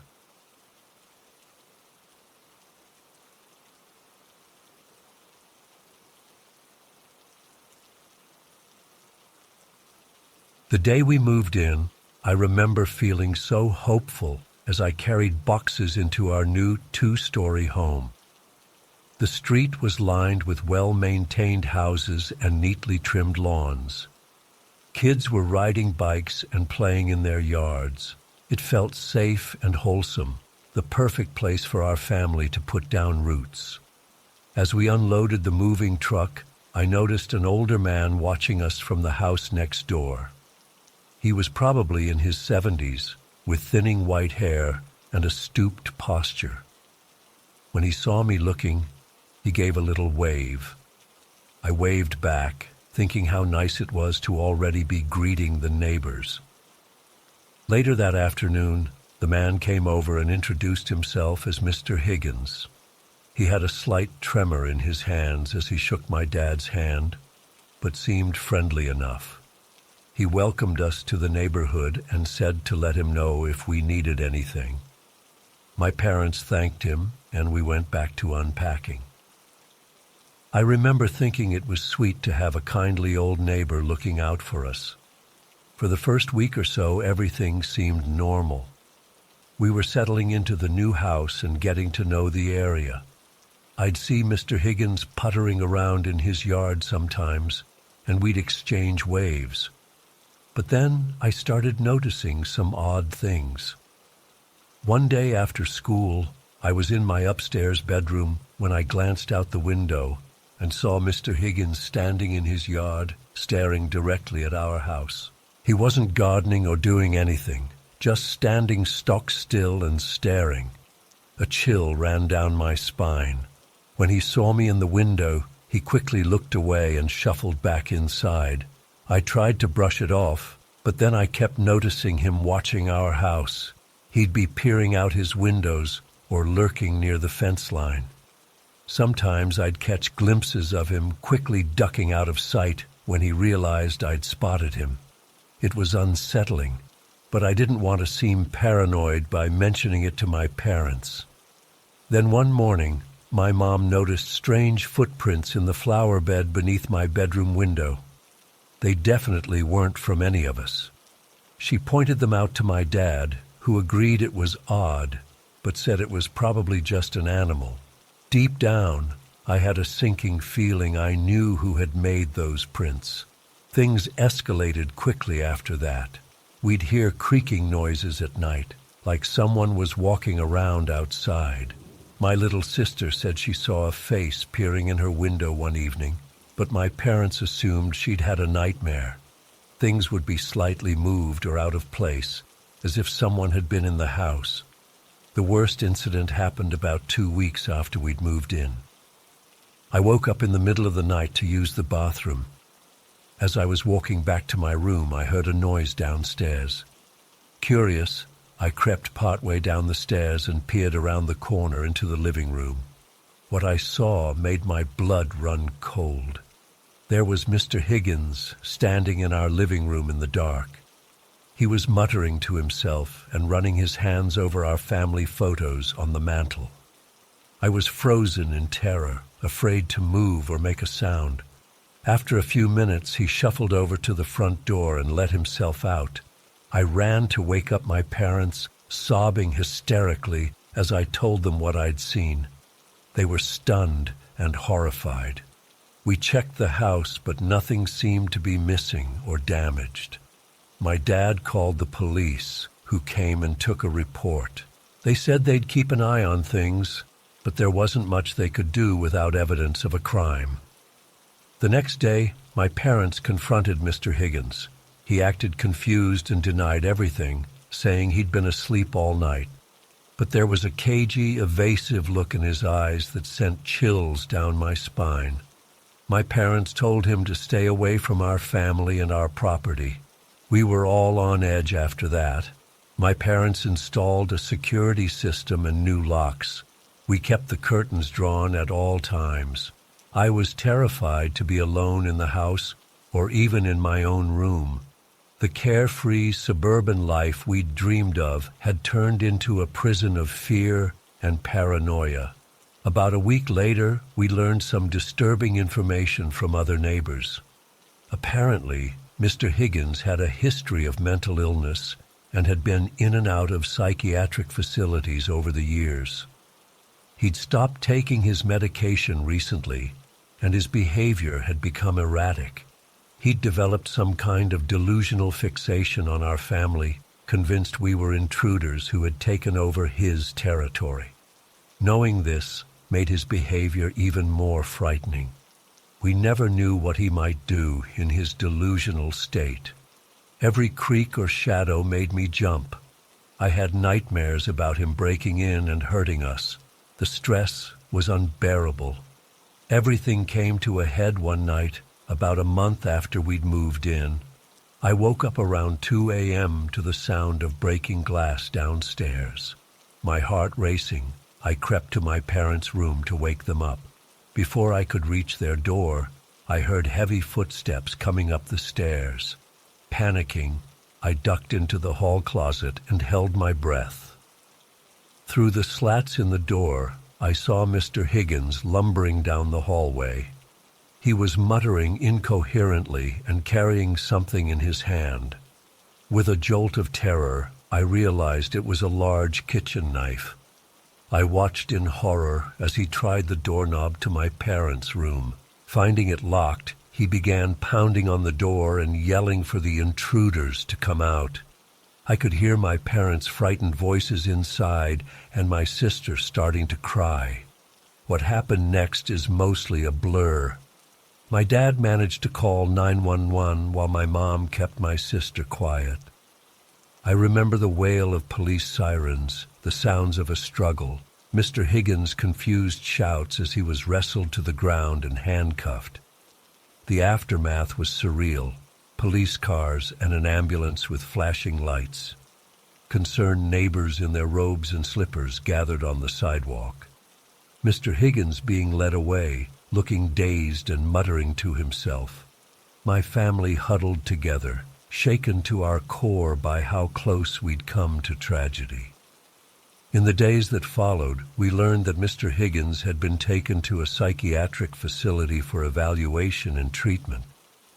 But the damage was done. We no longer felt safe in our home.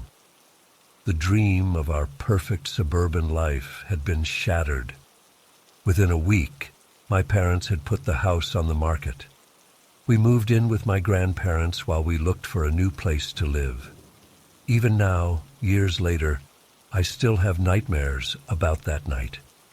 The sound of footsteps on the stairs still makes my heart race. I know Mr. Higgins was sick and probably didn't fully understand what he was doing. But that doesn't erase the trauma and fear we experienced. It's a chilling reminder that you never really know what's going on behind closed doors, even in a quiet, friendly-looking neighborhood. Sometimes the monsters are all too real, and they might be living right next door.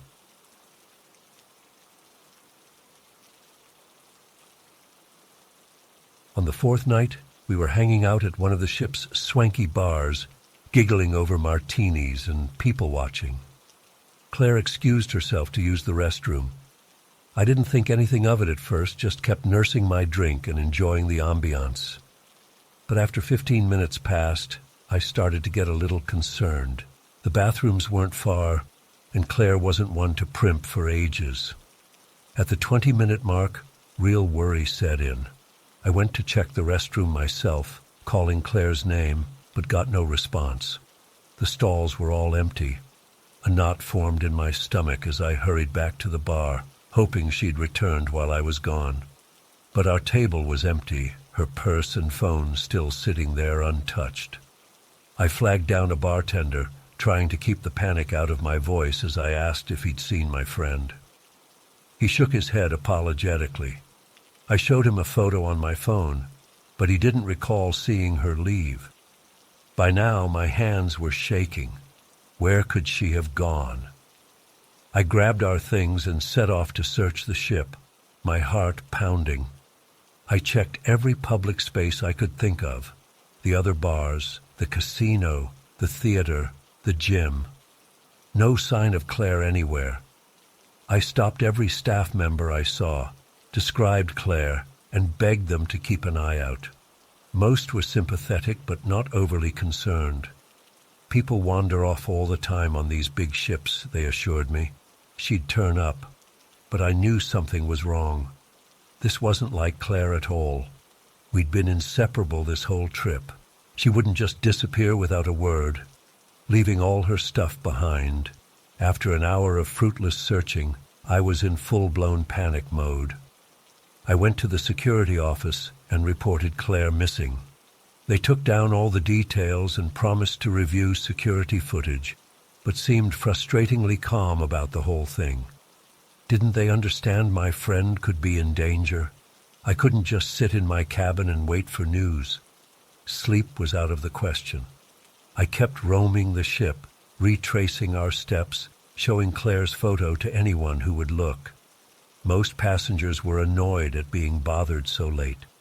A few gave me pitying looks, probably assuming I was drunk and confused.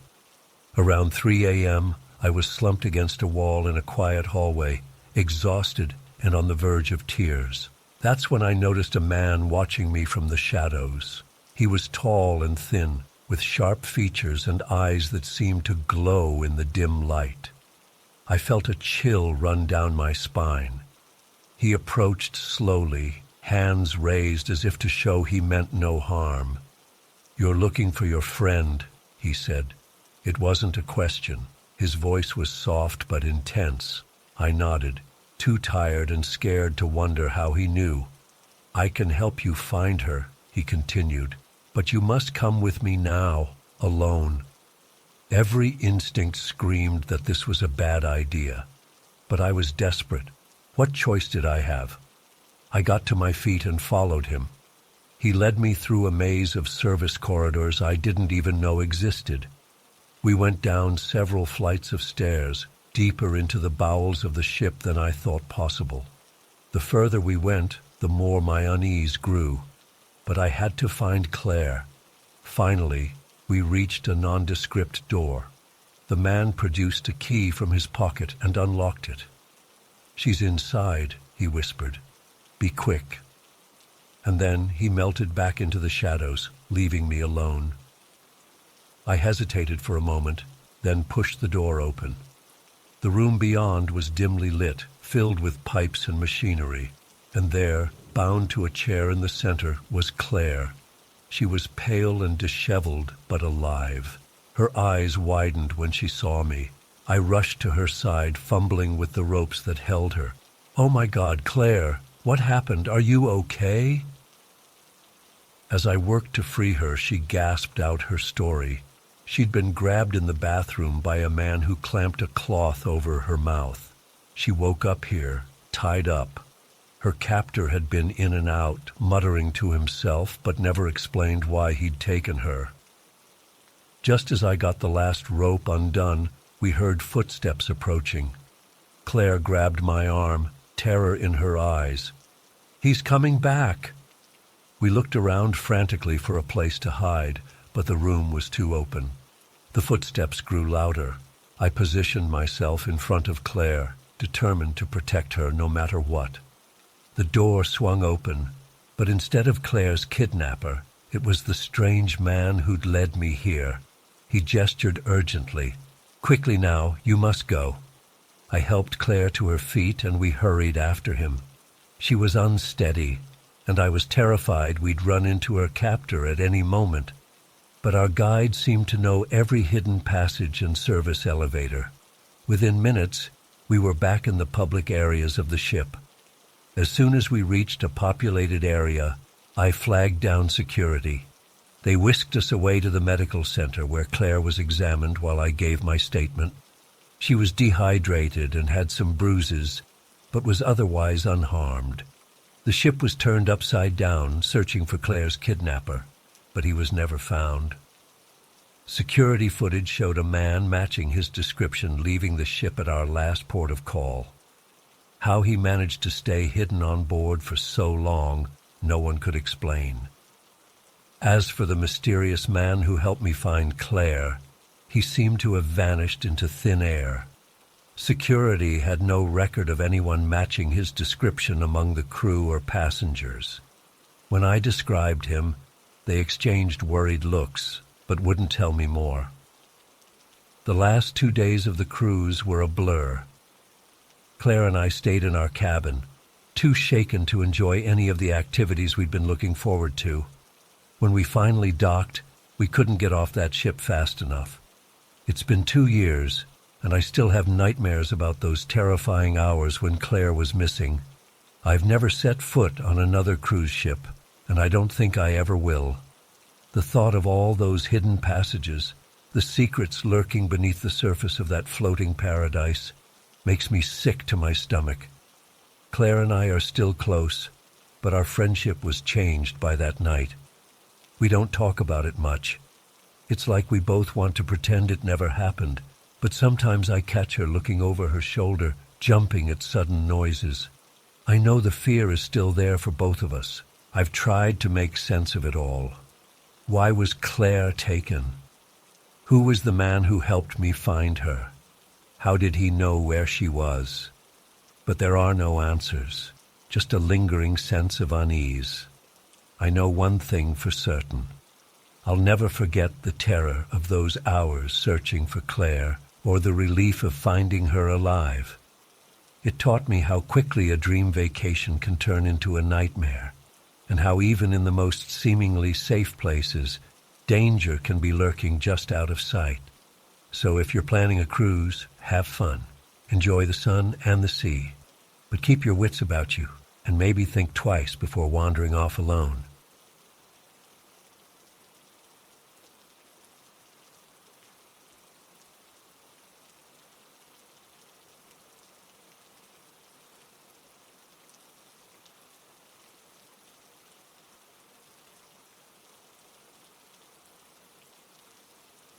The first couple days were amazing. I lounged by the pool, enjoyed delicious meals, and took in the breathtaking ocean views. Being a solo traveler, I chatted with other passengers, but mostly kept to myself. On the third day, that's when I first noticed him. I was sitting at the bar, sipping a fruity cocktail, when I felt eyes on me. Glancing around, I locked eyes with a man a few seats down. He quickly looked away, but something about his gaze unsettled me. I tried to shake it off, but throughout the evening, I kept spotting him. At dinner, at the casino, by the elevators. Each time he'd be staring intently before averting his eyes. I told myself I was being paranoid. Cruise ships are big, but not that big. It was probably coincidence, but the next day, it continued. I'd be lounging by the pool and see him pretending to read a book while watching me. I'd be browsing shops and spot his reflection in a mirror lurking behind clothing racks. My anxiety grew with each sighting. I started taking note of his appearance, mid-40s, average height and build, nondescript features. But his eyes, they were cold and predatory. My skin crawled every time I caught him looking. I considered telling someone, but what would I say? That a man kept showing up in public areas? I had no proof he was actually following me, so I stayed quiet and tried to enjoy my trip. But I found myself constantly on edge, looking over my shoulder. On the fifth night, things escalated. I was heading back to my cabin after a late movie screening. The corridors were deserted. As I rounded a corner, I saw him step out of a stairwell. My heart leapt into my throat. He gave me a small smile and started walking towards me. Panic seized me. I turned and bolted down the hallway. I could hear his footsteps quickening behind me. I ran blindly, taking random turns, desperately looking for other people. But at that hour, the ship was like a ghost town. I spotted a door marked "Crew Only" and yanked it open without thinking. I found myself in a narrow maintenance corridor. Pipes and cables lined the walls. The fluorescent lighting flickered ominously. I raced down the passage, my ragged breathing echoing off the metal walls. I could still hear him behind me. At a junction, I randomly chose left and sprinted on. The corridor seemed endless. My lungs burned, tears blurred my vision. Finally, I saw a small supply closet and ducked inside. I crouched in the darkness, trying to muffle my gasping breaths. Footsteps approached. A shadow passed by the door. I held my breath, praying he wouldn't find me. After what felt like hours, but was probably only minutes, the footsteps receded. I stayed frozen in place, terrified to move. Eventually, I worked up the courage to peek out. The corridor was empty. Shaking, I made my way back through the maze of passages. I emerged into a public area and practically ran to my cabin. I double-bolted the door and pushed a chair against it for good measure. Sleep was impossible that night. The next day, I was a wreck. Dark circles under my eyes, jumping at every sound. I wanted to tell security, but I still had no real evidence. Just my word against his. And what if they didn't believe me? What if it made him escalate? I stayed in crowded areas, never letting my guard down, but I didn't see him all day. Part of me hoped maybe he'd given up. Maybe I'd imagined it all, but deep down, I knew better. That evening was the big masquerade ball on the top deck. I almost skipped it, but I was tired of being afraid. I wouldn't let him ruin my whole trip, so I put on my sparkly dress and donned a feathered mask, determined to enjoy myself. The party was in full swing when I arrived. Hundreds of costumed revelers danced under the stars. The atmosphere was magical. For a while I actually relaxed and had fun. I danced with strangers, laughed at silly masks, and felt my fears melt away. Then I felt it, that prickling sensation of being watched. I scanned the crowd and my blood ran cold. There he was, about 20 feet away, wearing a plain black mask that made his eyes even more menacing. I turned away quickly, heart pounding. I tried to lose myself in the crowd, but everywhere I went, I'd spot him, getting closer, always watching. The fun atmosphere now felt suffocating. The masks that had seemed whimsical now felt sinister. I made my way to the railing, gulping in the fresh air. The party seemed far away. I stared out at the inky black ocean, wondering if I was losing my mind. Then I felt a presence behind me. "Beautiful night, isn't it?" His voice was soft, but it chilled me to the bone. I whirled around. He stood there, mask removed, smiling that same small smile. But his eyes, God, his eyes. There was no warmth there, no humanity, just cold, predatory hunger. "What do you want from me?" I meant it to sound forceful, but it came out as a frightened whisper. He stepped closer. "I've been watching you. You're special, different from the others." His hand reached towards my face. I flinched back. "Stay away from me." I tried to push past him, but he grabbed my arm.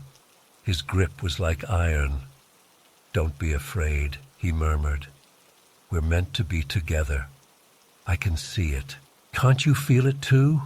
Panic exploded in my chest. I yanked my arm free and screamed at the top of my lungs. "Help! Somebody help me!" The music cut off abruptly. All eyes turned our way. For a moment, everything froze. Then chaos erupted. People rushed towards us. The man's face contorted with rage.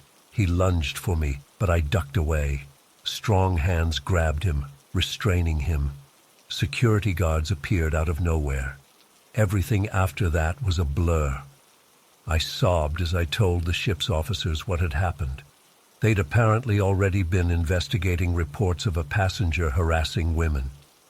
When they searched his cabin, they found photos, dozens of photos, of me and other women on the ship, along with rope, duct tape, and other things I don't want to think about. The rest of the cruise was a haze of police statements and sleepless nights. I've been home for weeks now, but I still have nightmares. I jump at shadows and flinch when strangers get too close. They tell me he's in custody, that he can't hurt me, but I don't feel safe. I don't know if I ever will again. That cruise was supposed to be a dream vacation.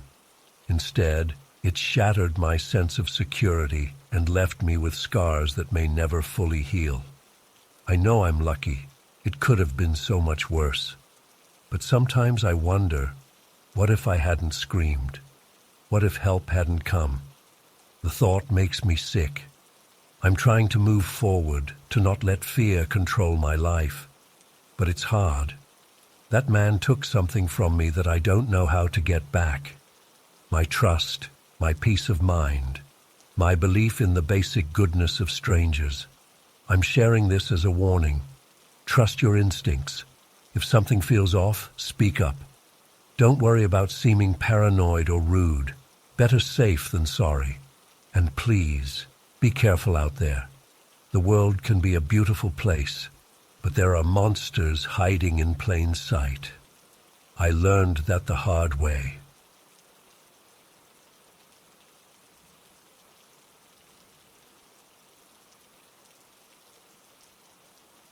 I was thrilled to finally be on the cruise I'd been looking forward to for months. My friends and I had been planning this trip for ages, saving up and dreaming about all the fun we'd have. As we boarded the massive ship, I felt a surge of excitement. The next week was going to be amazing. The first couple days were everything I'd hoped for. We lounged by the pool, enjoyed delicious meals, and danced the nights away. But on the third day, things started to get weird. I first noticed him at breakfast, an elderly man in an old-fashioned suit, sitting alone at a corner table. He stood out among the other passengers in their casual vacation attire. But what really caught my attention was the way he was staring directly at me. Not in a creepy way exactly, but with an intense, unwavering gaze that made me uncomfortable. I nudged my friend Jen. "Hey, do you see that old guy over there? He's staring at me." Jen glanced over. "What old guy? I don't see anyone." I looked back and the table was empty. "That's odd," I muttered. "He was just there a second ago." We finished our breakfast and headed to the pool. As we settled into our lounge chairs, I froze. The old man was there again, sitting on a bench across the deck. Once more his eyes were fixed on me. "Jen, look," I hissed. "It's him again." This time Jen saw him. "Huh, weird old dude. Maybe he's confused or something." I tried to shake off my unease and enjoy the day, but I kept catching glimpses of him. By the railing as we played shuffleboard, in the back of the theater during the evening show. Always alone, always watching. That night, I tossed and turned in my cabin, unable to sleep. Around 2 a.m., I decided to go for a walk to clear my head. The ship was eerily quiet as I wandered the deserted decks. As I rounded a corner, I saw a figure ahead of me, the old man. He was standing perfectly still, staring out at the dark ocean. My heart racing, I approached him. "Excuse me, sir," I called softly. He turned to face me, and I gasped. In the dim light, his face looked gaunt and hollow, his eyes sunken and lifeless. He said nothing, just stared at me with that same unnerving intensity. Feeling a chill run down my spine, I turned and hurried back to my cabin. I told myself I was being silly, that there had to be a logical explanation. But deep down, I knew something wasn't right. The next morning, I confided in my friends over breakfast. They were concerned but skeptical. "Maybe he's just a lonely old guy," my friend Mike suggested. "Or he could have dementia and be confused." "I don't know," I replied. "There's something really off about him. And have you noticed his clothes? They look like they're from another era entirely." We debated theories as we finished eating. As we left the dining room, I caught sight of the old man again. This time he was heading down a corridor marked "Crew Only." "Look," I exclaimed. "He just went into a restricted area. That's it. I'm following him." My friends protested, but curiosity got the better of me.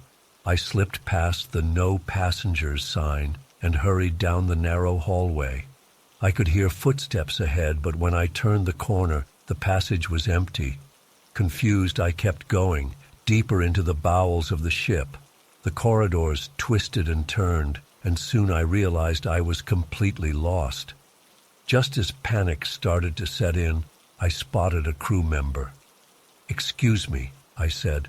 "I'm so sorry. I know I'm not supposed to be here. I was following someone and got turned around." The crew member frowned. "Following someone? There's no one down here but me. This area is off limits to passengers." "But I saw an old man come this way," I insisted.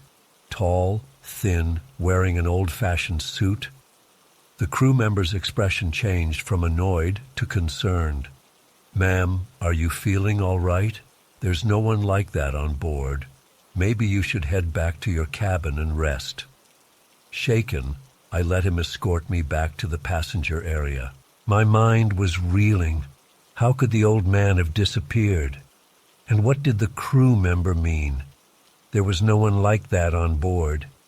I found my friends by the pool and told them what had happened. They were worried now, too. "This is getting creepy," Jen said.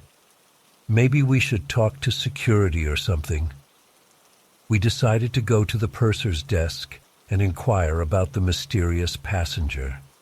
The friendly woman at the desk listened patiently to my description. "I'm sorry," she said, "but we don't have any passengers matching that description.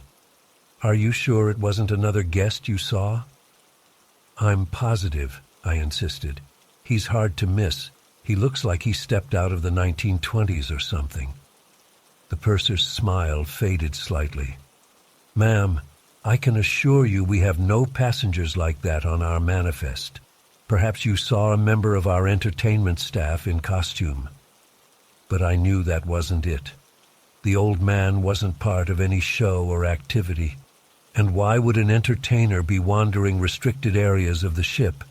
As the day wore on, my friends and I debated what to do.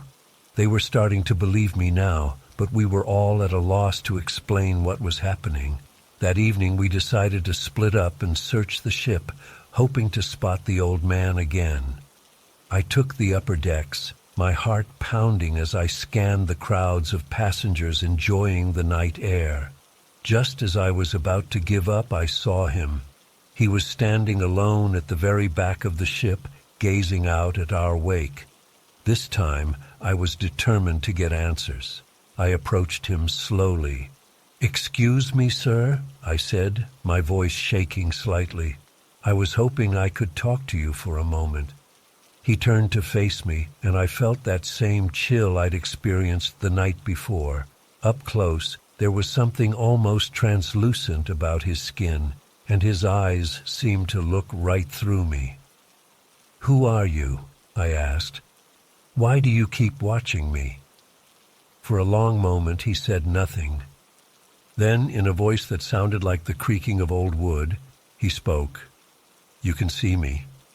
It wasn't a question, but a statement tinged with surprise and what almost sounded like relief. "Of course I can see you," I replied, confused. "Why wouldn't I be able to?" He sighed, a sound like wind whistling through empty rooms. "It's been so long since anyone has. I've been here for I don't know how many years, trapped, forgotten." A horrible realization began to dawn on me. "What do you mean, trapped? Are you a ghost?" He nodded slowly. "I was a passenger on this ship's maiden voyage. There was an accident. I fell overboard. They never found my body. And so I've remained, sailing these same routes year after year, unseen, unheard, until you." I stumbled backward, my mind reeling. This couldn't be real, and yet deep down I knew it was true. It explained everything, why no one else could see him, his old-fashioned appearance, his ability to vanish and reappear. "Why me?" I whispered. "Why can I see you when no one else can?" He shook his head. "I don't know, but you've given me hope. Perhaps now I can finally find peace." As he spoke those words, I watched in awe as his form began to fade, becoming more and more transparent. In moments, he had vanished entirely, leaving me alone on the deck. I stood there for a long time, trying to process what had just happened. When I finally returned to my friends, they could tell by my face that something profound had occurred. We spent the rest of the cruise discussing and debating what I'd experienced. My friends believed me now, but we were all struggling to make sense of it. How was it possible? Why had I been the one to see him? As we disembarked at the end of the trip, I couldn't shake the feeling that I'd been part of something extraordinary. The memory of the old man's face, filled with loneliness and then relief, haunted me. I've taken other cruises since then, always half expecting to see another ghostly figure, but I never have. Whatever connection allowed me to see that lost soul seems to have been a one-time thing. Sometimes I wonder if I imagined it all, but deep down, I know what I saw was real. Somewhere out there, on the endless oceans, other spirits might be waiting for someone to finally see them, to help them find their way home. I don't know if I'll ever have another experience like that, but I do know that I'll never forget the cruise where I met the passenger that time forgot and helped him find peace at last.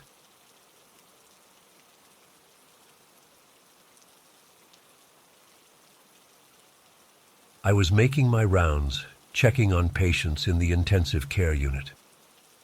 As I approached room 305, I noticed something odd. Mr. Peterson, a patient who had been in a coma for 2 weeks, was stirring. At first I thought I was imagining things. I'd been on shift for nearly 12 hours, and fatigue was starting to set in. But as I got closer, I saw his eyes flutter open. "Mr. Peterson?" I called softly, not wanting to startle him. "Can you hear me?" His eyes locked onto mine, but there was something different about them. They seemed unfocused, almost glassy. Then, without warning, he spoke. His voice was raspy from disuse, but the words were clear. "She's leaving us tonight." A chill ran down my spine. "Who's leaving, Mr. Peterson?" I asked, trying to keep my voice steady. He didn't respond. Instead, his eyes slowly closed, and he appeared to slip back into unconsciousness. I checked his vitals. Everything seemed normal. It was as if he had never woken up at all. Shaken, I continued my rounds. As I entered the next room, I saw Mrs. Taylor, an elderly patient recovering from pneumonia. She was sleeping peacefully, her chest rising and falling with each breath. I checked her chart. Her condition had been improving steadily over the past few days. I tried to shake off the uneasy feeling that had settled over me after Mr. Peterson's strange outburst. It was probably just a random firing of neurons, I told myself. Coma patients sometimes exhibit unusual behaviors when emerging from their unconscious state. There was no reason to believe it meant anything, but as the night wore on, I couldn't stop thinking about those words. "She's leaving us tonight." I found myself checking on Mrs. Taylor more frequently than usual, half expecting to find some change in her condition. But each time, she was sleeping soundly, her vitals stable. Around 5 a.m., just as the first hints of dawn were starting to lighten the sky outside, my pager went off. It was a code blue in room 306, Mrs. Taylor's room. I ran down the corridor, my heart pounding. When I burst through the door, I saw the night nurse already performing CPR. "What happened?" I demanded, quickly assessing the situation. "She just crashed," the nurse panted between compressions. "No warning signs." We worked frantically for the next 20 minutes, doing everything we could to revive Mrs. Taylor. But despite our best efforts, we couldn't bring her back. At 5:37 a.m. I called it. Time of death, 5:37 a.m. As I stood there staring at Mrs. Taylor's lifeless body, Mr. Peterson's words echoed in my mind. "She's leaving us tonight." A wave of disbelief washed over me. It couldn't be a coincidence, could it? How could he have known? I made my way back to Mr. Peterson's room in a daze. He was still unconscious, looking exactly as he had for the past 2 weeks. I checked his chart, looking for any signs of increased brain activity or changes in his condition that might explain his sudden awakening earlier. But there was nothing out of the ordinary. As my shift came to an end, I couldn't shake the feeling that I had witnessed something beyond my understanding. I've always prided myself on my rational, scientific approach to medicine, but what happened that night defied all logical explanation. Over the next few days, I found myself obsessively reviewing Mrs. Taylor's medical records, searching for any indication that her condition had been worse than we thought. But there was nothing. By all accounts, she had been on the road to recovery. I also kept a close eye on Mr. Peterson. He showed no signs of waking up again, and when I asked the day shift staff if they had noticed anything unusual, they all shook their heads.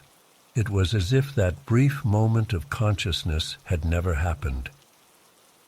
A week later, Mr. Peterson finally emerged from his coma. As soon as he was able to communicate, I asked him about that night, but he had no recollection of waking up or saying anything about someone leaving. He seemed genuinely confused by my questions. I've turned this event over in my mind countless times since then, trying to make sense of it. Was it just a bizarre coincidence? A random neurological event that happened to align with an unexpected patient death? Or was it something more, some kind of connection between life and death that we don't yet understand? I've always been a man of science, relying on facts and empirical evidence. But that night in the hospital shook my beliefs to the core. It forced me to confront the possibility that there are things in this world that exist beyond our current understanding. I've never shared this story with my colleagues. I know how it would sound, a respected doctor claiming a coma patient predicted a death. They'd think I was losing my mind. But I know what I heard, and I know what happened afterward. Sometimes, in the quiet hours of the night shift, I find myself listening more closely to my coma patients. I watch for any signs of consciousness, any whispered words that might hold meaning. And I wonder if Mr. Peterson's mysterious premonition was a one-time occurrence, or if there's more to the barrier between consciousness and unconsciousness than we realize. I don't have any answers. All I know is that my experience that night changed me.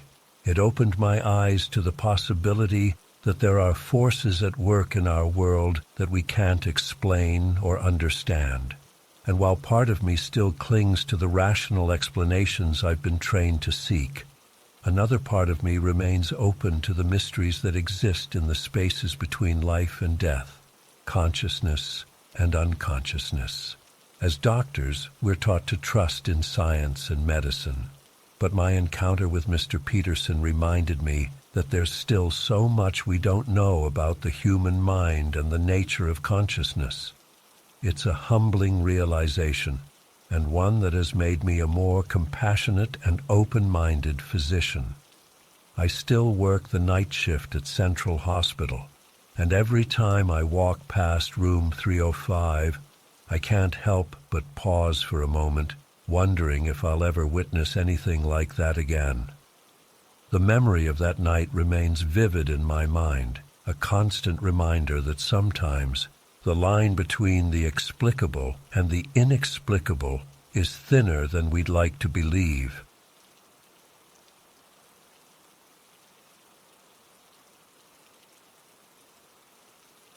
Mr. Connors had been in a coma for nearly 6 months. A car accident had left him unresponsive, with little hope of recovery. His vitals were stable, but there had been no signs of consciousness. As I entered his room to check his IV, I noticed something different. The air felt heavy, almost electric. I approached the bed cautiously, my skin prickling with goosebumps. Mr. Connors lay there as always, his chest rising and falling steadily with each breath from the ventilator. But as I leaned in to adjust his pillows, his eyes suddenly snapped open. I stumbled backward, my heart racing. This couldn't be happening. Patients don't just wake up from comas like this. But there he was, staring directly at me with piercing blue eyes that seemed to bore right through me. His lips moved, and I leaned in closer, straining to hear. In a raspy whisper, he said, "He's coming to get me." Before I could react, his eyes rolled back and he went limp once more. I frantically checked his vitals, but everything appeared normal. It was as if nothing had happened. Shaken, I rushed to the nurse's station to report the incident. My colleagues were skeptical, suggesting I might have dozed off or imagined it. But I knew what I saw. Something wasn't right. The rest of my shift passed in a blur of anxiety and second-guessing.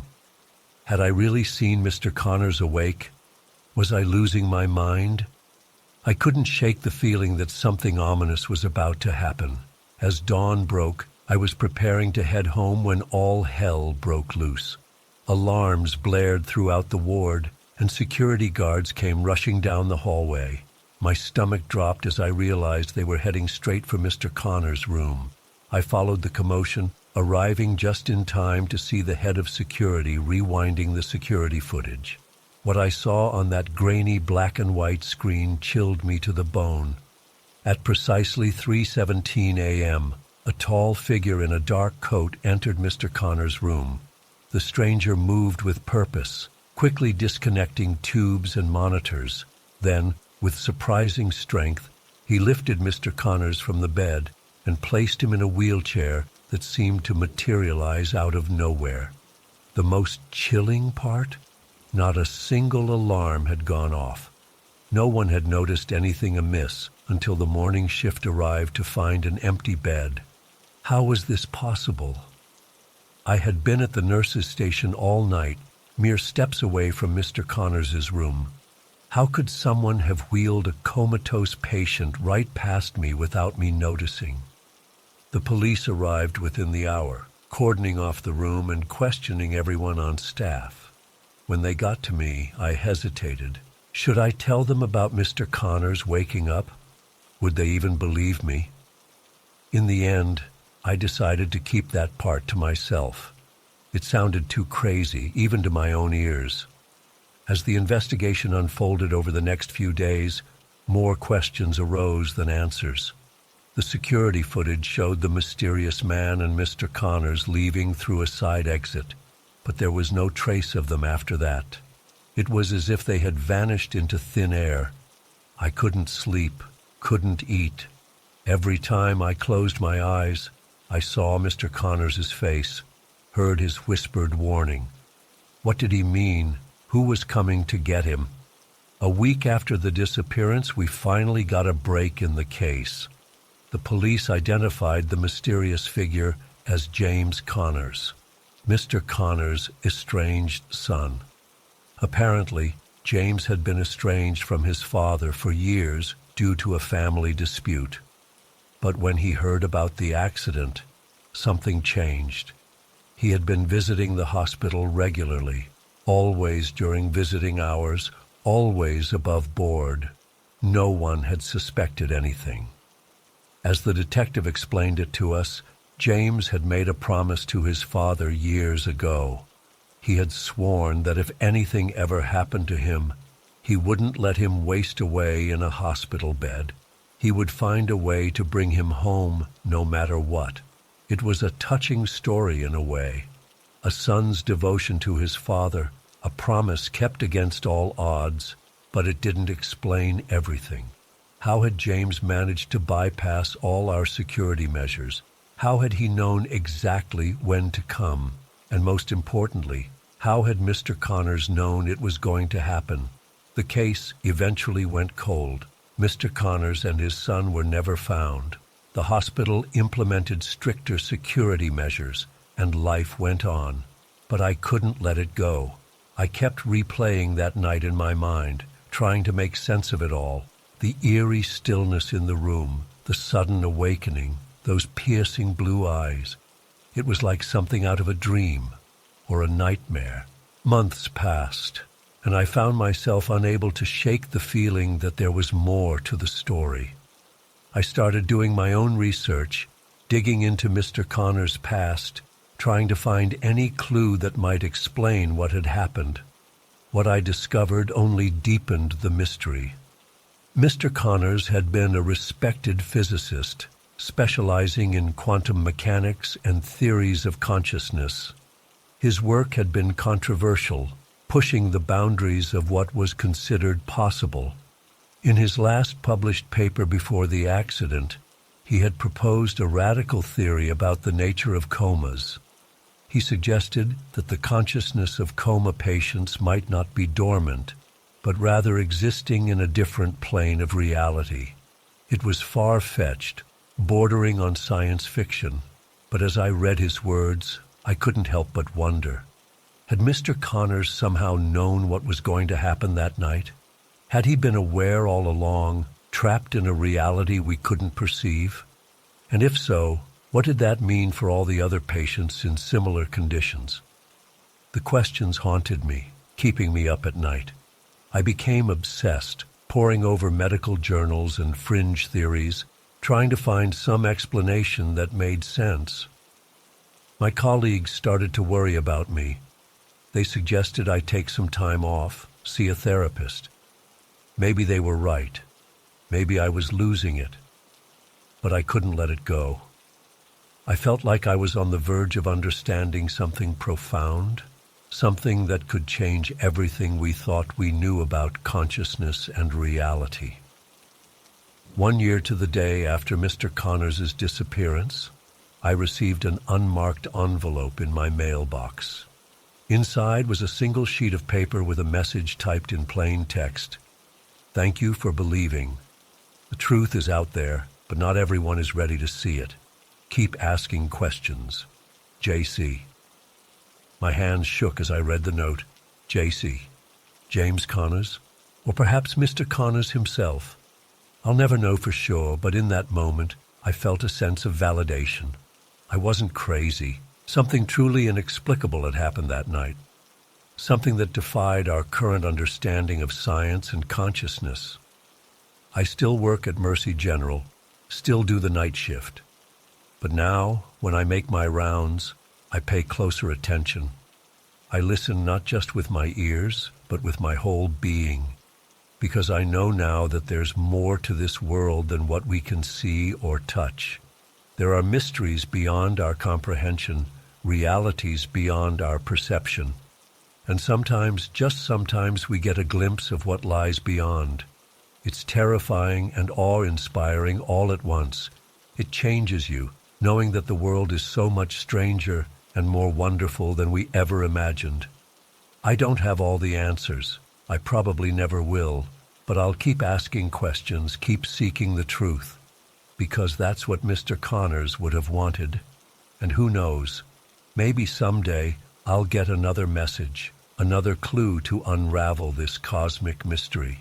Until then, I'll be here, watching, waiting, and wondering about the things that exist just beyond the edge of what we call reality.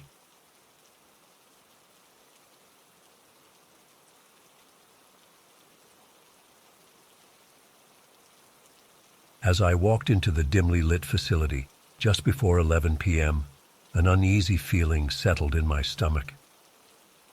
The night supervisor gave me a quick tour, pointing out the med cart, supply closet, and introducing me to the handful of other staff on duty. Then she handed me a clipboard with my patient assignments and sent me on my way. I made my rounds, checking on the sleeping residents and familiarizing myself with the layout.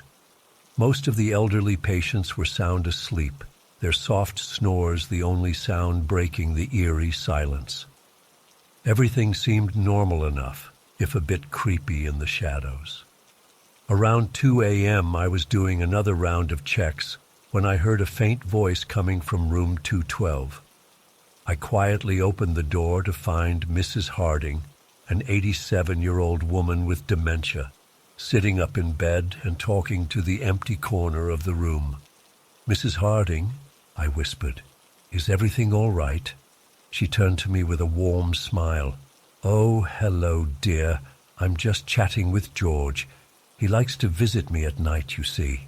I glanced at her chart, confirming that she lived alone. No George listed as a family member. "Who's George?" I asked gently. "Why, my husband, of course," she replied matter-of-factly. "He passed 5 years ago, bless his soul. But he still comes to keep me company sometimes." A chill ran down my spine. I'd been warned about patients with dementia having hallucinations, but something about Mrs. Harding's certainty unnerved me. I tried to redirect her, coaxing her to lay back down and get some rest. As I turned to leave, she grabbed my arm with surprising strength. "You can't see him, can you?" she whispered urgently. "But he's there, right in that corner, watching."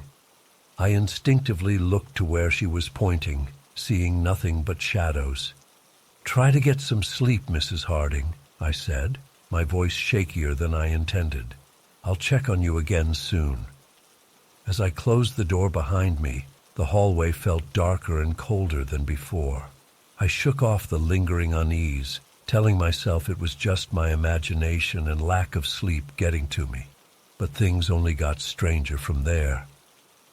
Over the next few hours, I found myself drawn back to room 212 again and again.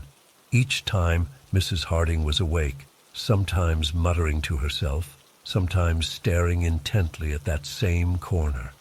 Around 4 a.m., I was replacing her water pitcher when she suddenly gasped and pointed behind me. "He's right there," she exclaimed. "Can't you feel him?" In that moment, I swear I felt a cold spot brush past me, like someone walking by. The hairs on my arms stood up, and I spun around, but saw nothing. My heart was racing as I hurried out of the room, trying to rationalize what had just happened. I distracted myself with busy work, organizing supplies, double-checking med logs, but I couldn't shake the feeling of being watched. Every time I passed room 212, I'd catch movement out of the corner of my eye, only to find an empty hallway when I turned to look. Just before dawn, I was sitting at the nurse's station when I heard Mrs. Harding cry out. I rushed to her room to find her cowering in bed, eyes wide with fear. "He's angry," she sobbed. "I don't know why, but George is so angry." I tried to comfort her, but she was inconsolable. As I leaned in to adjust her pillows, a blast of frigid air hit me from behind. The lights flickered and I heard what sounded like heavy footsteps pacing the room. Mrs. Harding's gaze followed something I couldn't see, her expression a mix of fear and confusion. "George, please," she whimpered. "You're scaring me." Suddenly, the water pitcher on her bedside table crashed to the floor, shattering into pieces. I screamed and stumbled backwards, my legs shaking. Mrs. Harding reached out towards the empty space beside her bed, as if touching someone's face. "It's all right now," she said softly. "He's calmed down. I'm sorry he frightened you, dear. George was always a bit temperamental." I stood there frozen, unable to process what was happening. Part of me wanted to believe it was all in Mrs. Harding's mind, that maybe I'd somehow knocked over the pitcher without realizing. But I couldn't deny the icy presence I'd felt or explain the footsteps I'd heard. When my shift ended at 7 a.m., I practically ran out of the building. I called my supervisor later that day and quit, making up an excuse about family issues. I just couldn't bring myself to go back there. It's been years now, and I still get chills thinking about that night. I've never experienced anything like it since, and part of me hopes I never will. But sometimes I wonder about Mrs. Harding, if she's still there in room 212, visited by her ghostly husband each night. And I wonder if anyone else has felt his presence, or if I'm the only one who briefly glimpsed whatever spectral world exists alongside our own. I don't know if I believe in ghosts, not really. But I know what I felt that night was real. And it taught me that there are some things in this world that defy explanation, some mysteries better left unsolved. All I know for certain is that I'll never work another night shift in a nursing home as long as I live.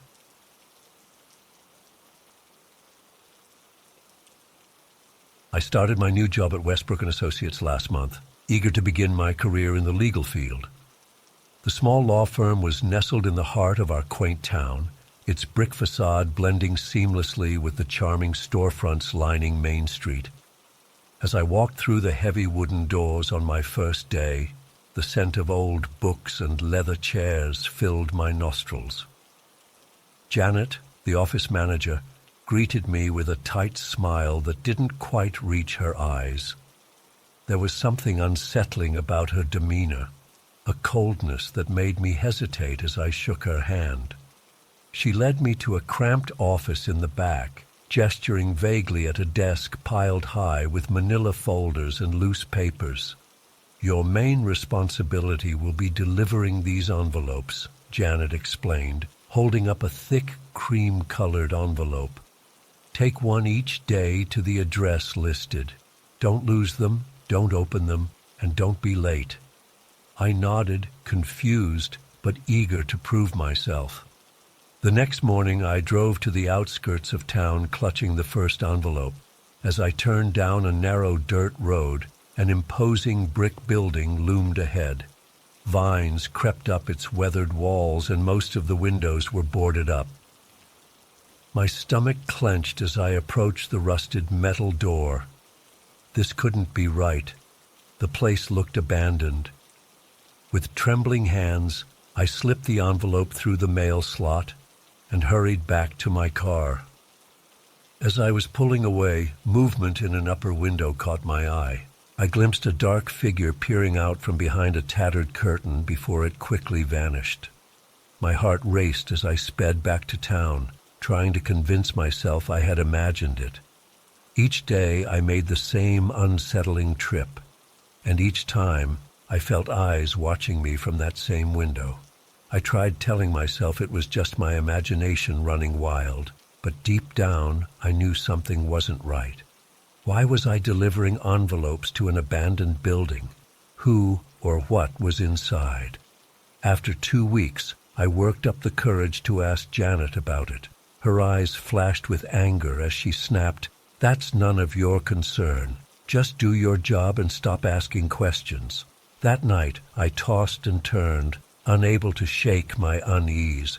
The next morning, there was an extra envelope on my desk, this one addressed to me.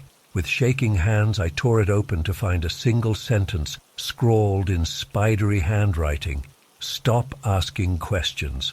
I dropped the note as if it had burned me, my breath coming in short gasps. How did they know? Who was watching me? Determined to get answers, I headed to the local library after work. I spent hours poring over old newspapers and town records, searching for any information about the mysterious building. Finally, I found a small article from decades ago describing a devastating fire that had gutted the former asylum. The facility had been abandoned ever since, deemed too dangerous and costly to repair. My blood ran cold. If the building truly was abandoned, who or what had I seen in that window? And why was I delivering envelopes there every day? The next morning I called in sick, unable to face another trip to that haunted place. As I huddled on my couch, jumping at every little noise, my phone buzzed with a text from an unknown number. "Where are you? The envelope is waiting." I threw my phone across the room, my hands shaking uncontrollably. This was insane. I had to get out. I rushed to the law office, barging into Janet's office to give my resignation. "I quit," I blurted out. "I can't do this anymore." Janet's eyes narrowed as she regarded me coldly. "Are you sure about that? You've seen things you weren't supposed to see, heard things you weren't supposed to hear." A chill ran down my spine at her ominous tone. Without another word, I turned and fled the office, not stopping until I was safely locked in my apartment. For weeks afterwards, I jumped at every shadow and sound, convinced I was being watched. I changed my phone number and email address, desperate to sever all ties to that place. Eventually, the paralyzing fear began to fade, but I never stopped looking over my shoulder. To this day, I have no explanation for what happened during those terrifying weeks. Who was receiving those envelopes? What did they contain? And most chillingly, what would have happened if I had continued asking questions? Sometimes late at night, I still see that shadowy figure in my dreams, watching me from behind a curtain, and I wake up in a cold sweat, wondering if I'll ever truly be free from whatever sinister force I unknowingly encountered in that small-town law firm. I've tried to move on with my life, but part of me knows I'll never have closure. The mystery of Westbrook and Associates and that abandoned asylum will haunt me forever. All I can do is try to forget and pray that whatever darkness I glimpsed never finds me again. But on stormy nights when the wind howls, I swear I can hear the rustle of paper and see the glint of watching eyes in every window. And I know with chilling certainty that some questions are better left unanswered, some doors better left unopened. Because once you peer behind the veil of normality, you can never truly go back.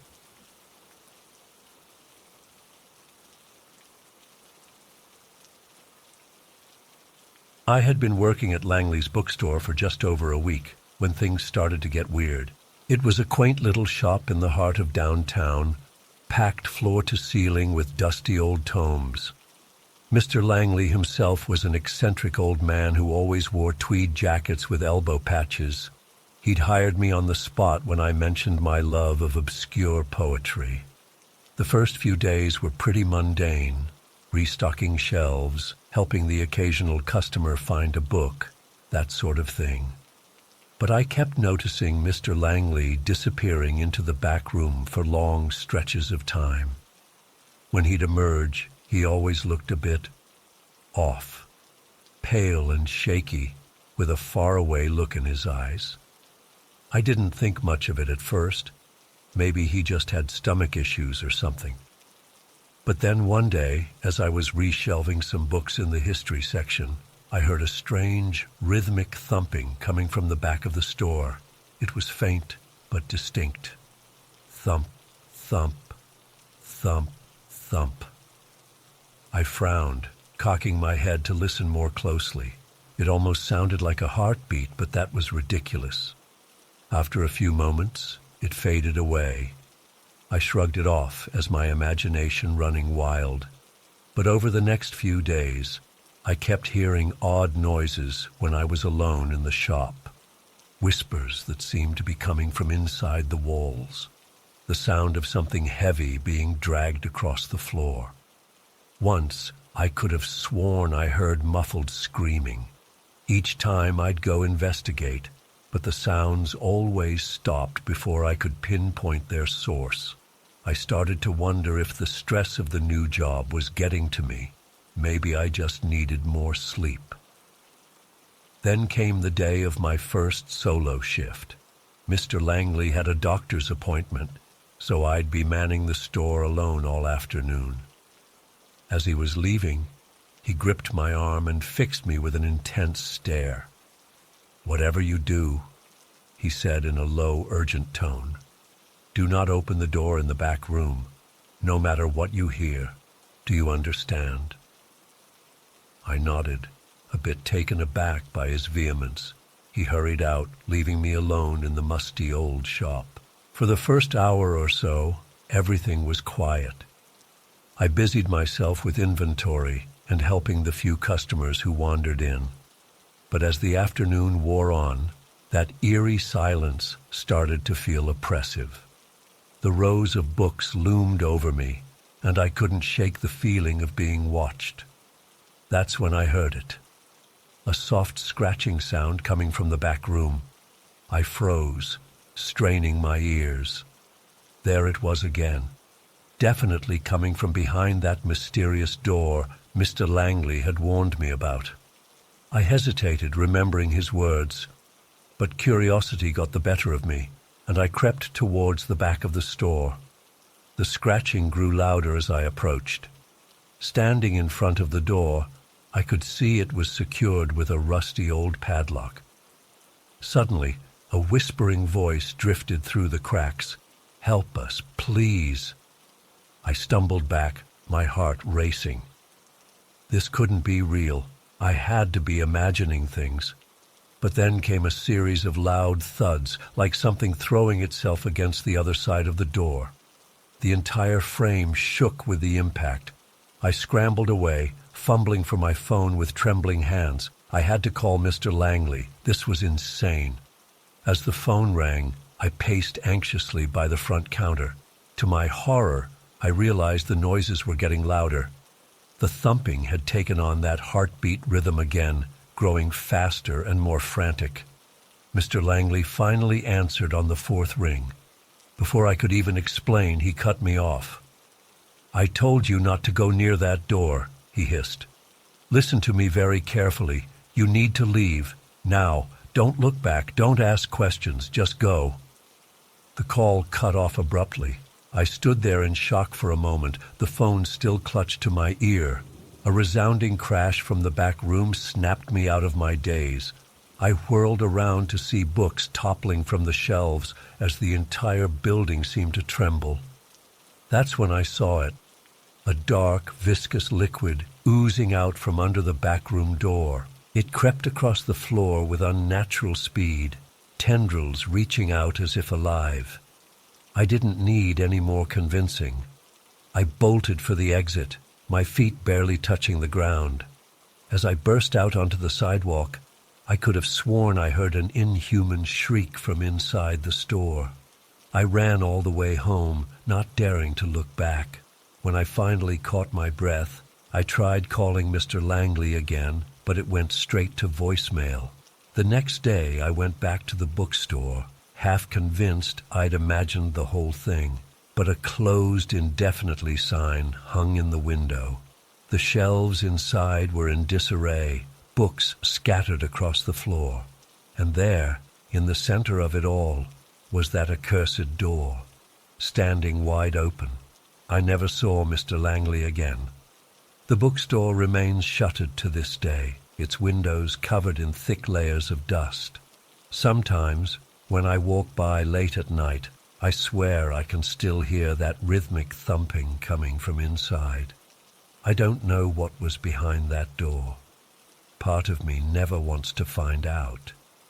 But another part can't help but wonder, what if someone is still trapped in there, waiting to be freed? The thought keeps me up at night, along with the lingering fear that whatever was unleashed that day is still out there, waiting.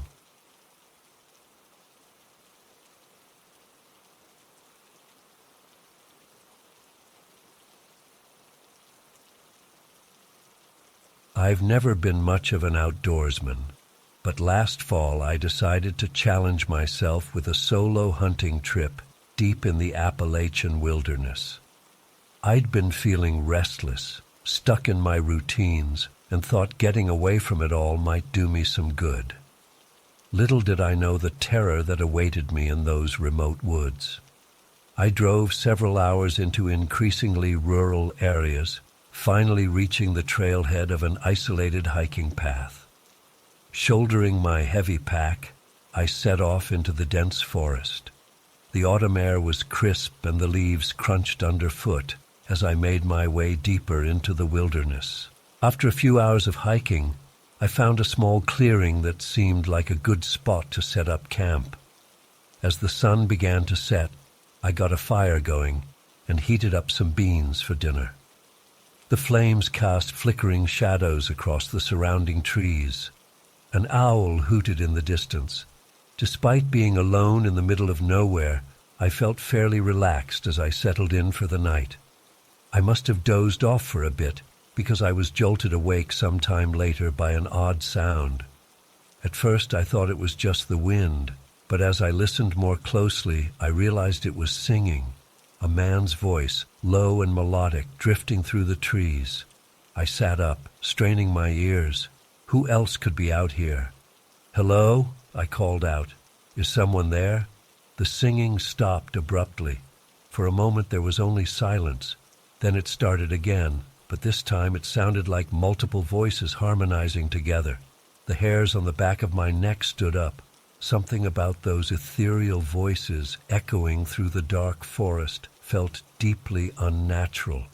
I grabbed my flashlight and stepped away from the campfire, sweeping the beam around the perimeter of the clearing. The singing seemed to be coming from all directions at once, but I couldn't see anyone, just endless black woods stretching into the darkness. "Who's out there?" I shouted, my voice cracking slightly. "This isn't funny." Again, the singing ceased. The sudden silence was almost worse. I stood frozen, ears straining for any sound. After a minute, I heard what sounded like soft footsteps in the underbrush, circling around my campsite. But each time I shone my light in that direction, there was nothing there. My heart was pounding now. I hurried back to the fire, adding more wood to build it up higher. The flames leapt up, pushing back the darkness. I told myself I was just spooked from being alone in the woods. My mind was playing tricks on me. There had to be a rational explanation. But then I noticed something that made my blood run cold. All around the edge of the clearing, just beyond the reach of the firelight, were footprints. Bare human footprints pressed into the soft earth. They formed a perfect circle around my campsite. I felt the urge to run, to grab my stuff and bolt into the night. But some instinct told me that would be even more dangerous. Whatever was out there in the dark was faster than me, knew these woods better than me. My best chance was to stay by the fire until dawn. So I sat rigid by the flames, shotgun across my lap, watching the tree line for any sign of movement. Every snapping twig or rustle of leaves made me flinch. The singing started up again periodically throughout the night, sometimes a solo voice and sometimes a chorus, always just at the edge of hearing, impossible to pinpoint. At one point, I could have sworn I saw pale figures flitting between the trees. But when I looked directly at them, there was nothing there, just tricks of the moonlight and shadows. At least that's what I desperately told myself. As the sky finally began to lighten, the unseen presence seemed to recede. The footprints were still there, though, a reminder that it hadn't all been in my imagination. With shaking hands, I packed up my gear as quickly as I could. I wanted nothing more than to get the hell out of there. The hike back to my car was a blur.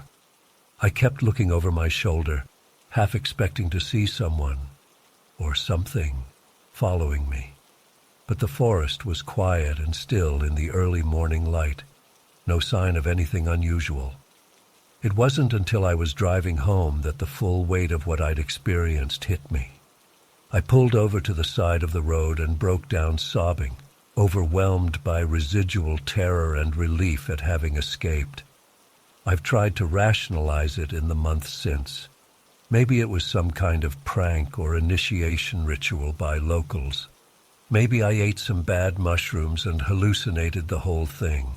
But deep down, I know what I heard and saw was real. Something supernatural haunts those woods. Something ancient and otherworldly that doesn't take kindly to human intruders. I still have nightmares about those disembodied voices singing in the darkness, about the feeling of unseen eyes watching me. In my darkest moments, I wonder if some part of me is still sitting by that campfire, trapped in an endless night of terror. I'll never go back to those woods. But sometimes I worry that whatever I encountered out there hasn't forgotten me. That one night I'll wake up to the sound of ethereal singing outside my window, and I'll know they've come to finish what they started. I don't expect anyone to believe me. Hell, most days I can barely believe it myself. But I know what I experienced, and I'll carry the memory of that terrifying night with me for the rest of my life. So if you're planning a solo camping trip in a remote area, my advice is simple. Don't. You never know what's really out there in the wilderness, and some things are better left undisturbed.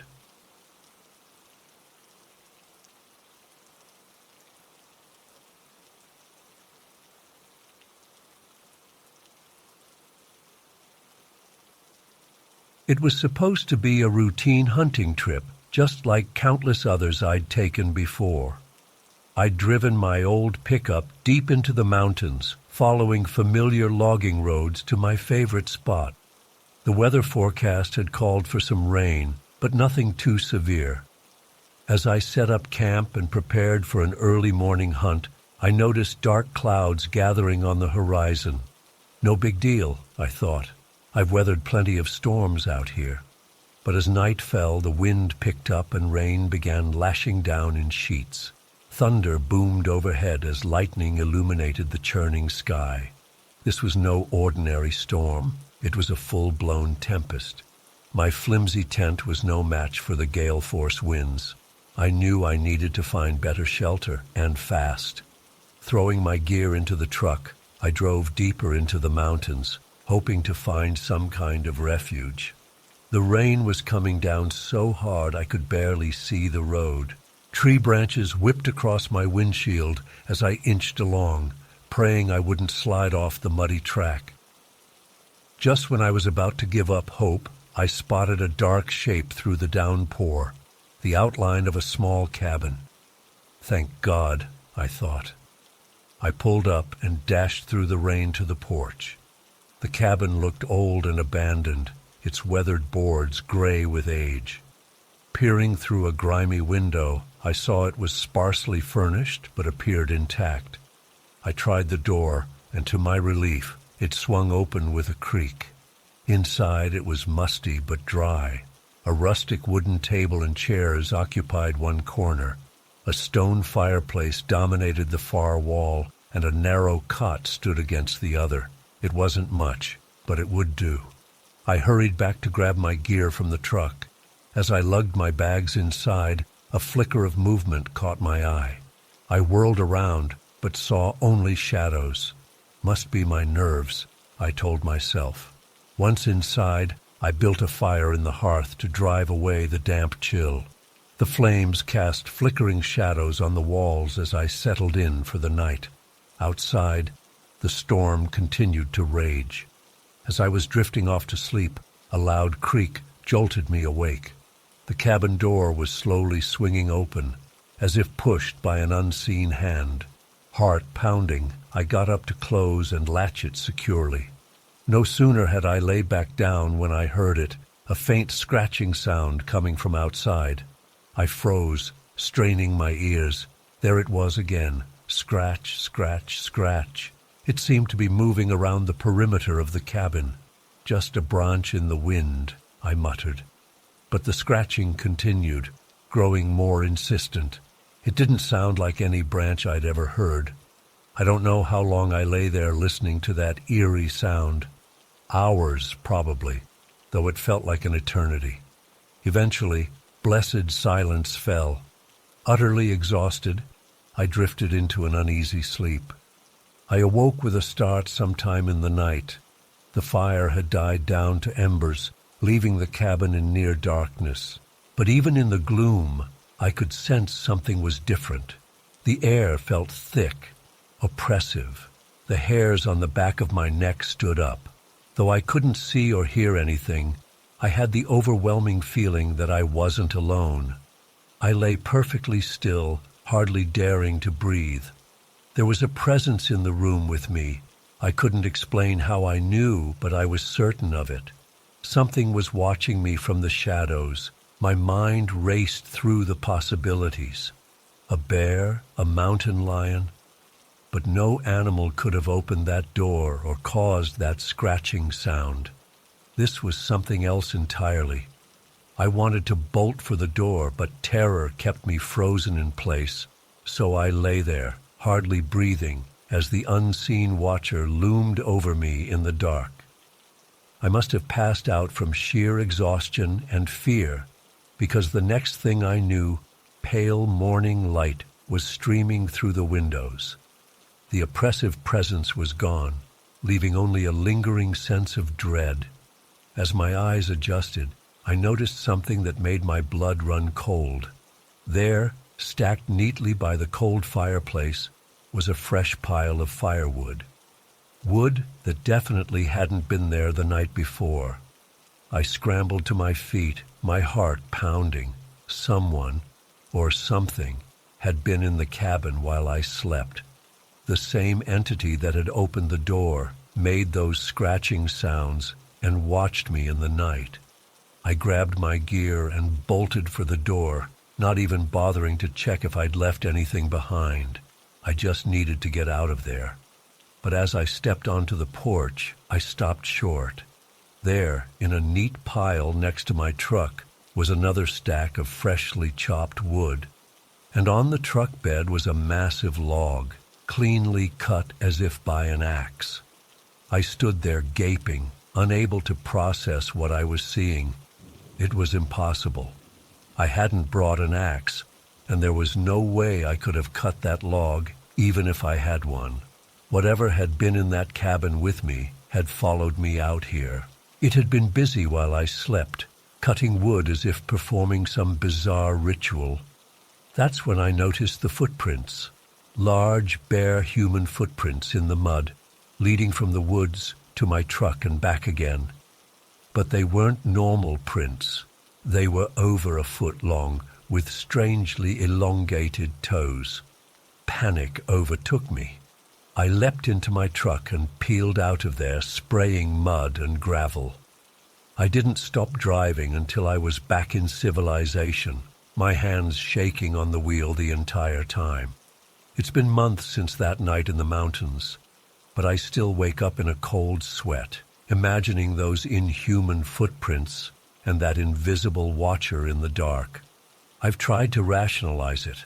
A prank by other hunters, perhaps, or some kind of hallucination brought on by fear and exhaustion.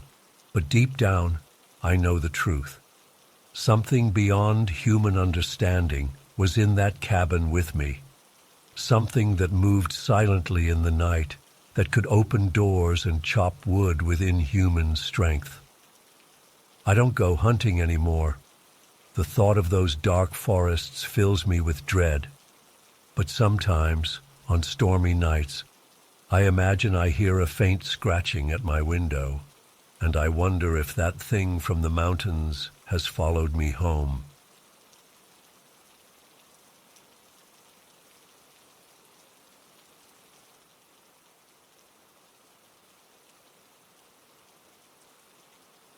We'd been on the road for about 4 hours when Tom started complaining he needed to use the bathroom. I spotted a sign for a rest stop coming up, so I decided we'd pull over there. As we exited the highway, I immediately got an uneasy feeling. The rest stop looked ancient and run down, with cracked pavement and overgrown weeds everywhere. There was only one other car in the parking lot, a beat-up old station wagon that had clearly seen better days. I parked as close to the restroom building as I could and told Tom to hurry. He ran inside while I waited in the car, keeping a watchful eye on our surroundings. A couple minutes later, Tom came running back out, a look of disgust on his face. "Dad, it's so gross in there. Can we please find somewhere else?" I sighed, knowing it would be a while before we came across another rest stop. "All right, bud. We'll find a gas station or something. Hop in and let's get going." Tom climbed back into the passenger seat and we pulled out of the rest stop, getting back on the highway. I couldn't shake the feeling of uneasiness as we drove away from that creepy place. About 20 minutes later, I noticed a white pickup truck coming up fast behind us. The driver was flashing his lights and honking his horn. At first I thought he was just being an aggressive jerk, but then I realized he was trying to get my attention. I slowed down a bit and he pulled up alongside us, gesturing wildly for me to roll down my window. "There's someone in your back seat," he yelled, pointing behind me. My blood ran cold. I whipped my head around, and to my absolute horror, there was a man crouched down on the floor of the back seat. He was filthy and wild-looking, with matted hair and tattered clothes. Our eyes met for a split second before he launched himself up and out the back door, tumbling onto the highway. I slammed on the brakes and pulled over to the shoulder, my heart pounding out of my chest. Tom was screaming and crying. I jumped out of the car and ran around to check the back, but the man was nowhere to be seen. He must have rolled into the ditch and taken off into the woods alongside the road. The pickup truck had pulled over too, and the driver ran over to us. "Are you guys okay? I saw that guy climb into your car back at the rest stop while you were in the bathroom. I tried to catch up to warn you as fast as I could." I was shaking uncontrollably, barely able to form words. "Oh my God, thank you. Thank you so much. I can't believe, oh my God." Tom was still wailing in the front seat. I opened his door and pulled him into a tight hug, trying to calm him down, even though I was on the verge of a breakdown myself. "It's okay, buddy. It's okay. The bad man is gone now. We're safe." The pickup driver, whose name was Mike, stayed with us until a state trooper arrived. We gave our statements about what happened, and they put out an alert to be on the lookout for the man. But with such a big stretch of wilderness along the highway, I knew the chances of finding him were slim. Mike offered to follow us to the next town so we could stop somewhere safe and collect ourselves. I gratefully accepted, not wanting to be alone on the road after what just happened. We ended up at a busy truck stop diner about 30 miles down the highway. As we sat in a booth, Tom clinging to my side and refusing to let go, the reality of the situation really started to sink in. This man had been hiding in our car for who knows how long. What were his intentions? Was he planning to wait until we stopped for the night and then attack us in our sleep? Or maybe force me to drive him somewhere at gunpoint? The possibilities made me sick to my stomach. I kept replaying the moment I saw his face in the back seat. Those wild, desperate eyes, the matted hair and filthy clothes. He looked almost feral, like he'd been living in the woods. I shuddered thinking about how close he'd been to my son this whole time, without us knowing.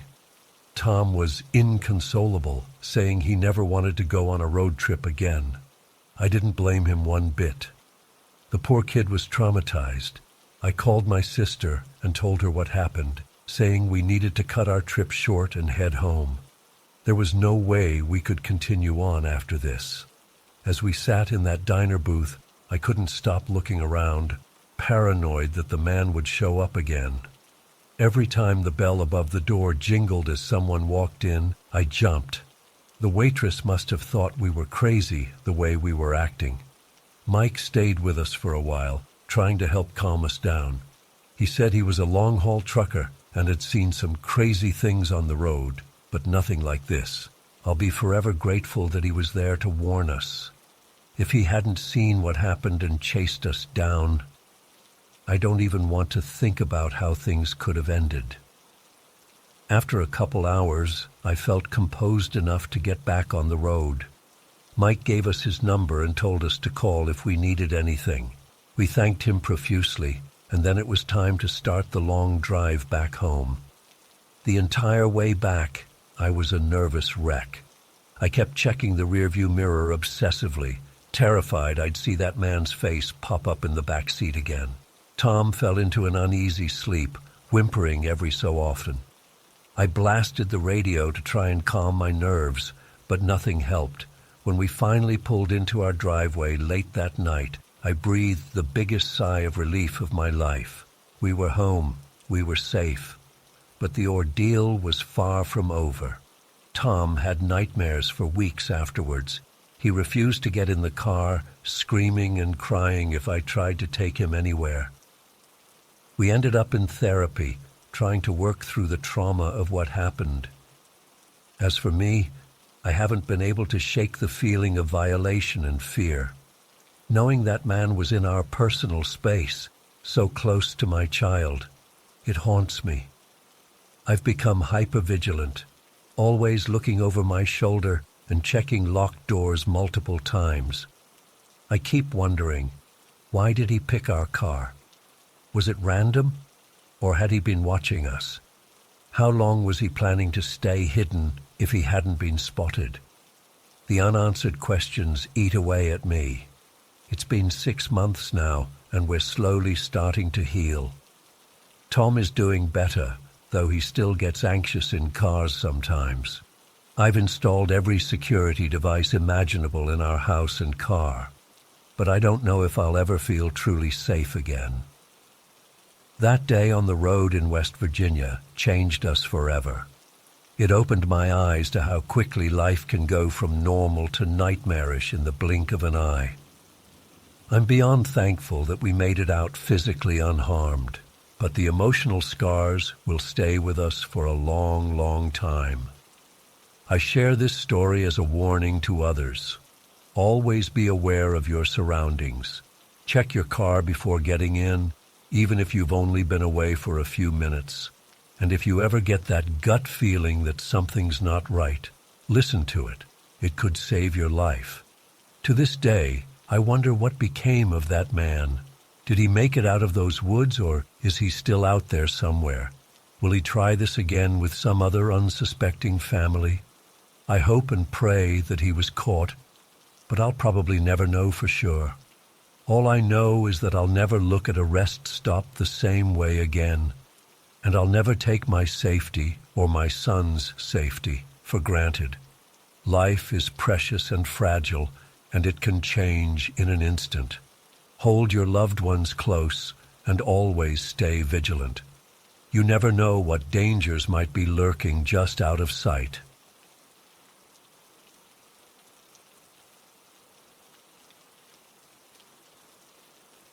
I was driving down a lonely stretch of highway with my girlfriend Audrey, heading back from a weekend getaway. It was late, probably around 11 p.m., and a nasty storm had rolled in out of nowhere. The rain was coming down in sheets, pounding against the windshield so hard I could barely see the road ahead. We were both on edge, peering anxiously through the gloom as lightning periodically lit up the sky. I had the wipers going full blast, but they were barely making a dent. I was gripping the steering wheel so tight my knuckles had turned white. "Maybe we should pull over and wait it out," Audrey suggested, her voice tight with worry. I was about to agree when suddenly a figure appeared in the headlights, standing on the shoulder of the road. As we got closer, I could make out that it was a woman, completely drenched and frantically waving her arms. "Oh my God," Audrey gasped. "We have to help her." Every instinct in my body was screaming at me to keep driving, but I couldn't just leave someone stranded in weather like this. Against my better judgment, I eased onto the shoulder and rolled to a stop next to the woman. Audrey quickly rolled down her window. "Are you okay? Do you need help?" The woman leaned towards the window, rainwater streaming down her face. She looked to be in her 30s, with long dark hair plastered to her head. "Oh, thank goodness," she said breathlessly. "My car broke down a few miles back, and I've been walking for hours trying to find help.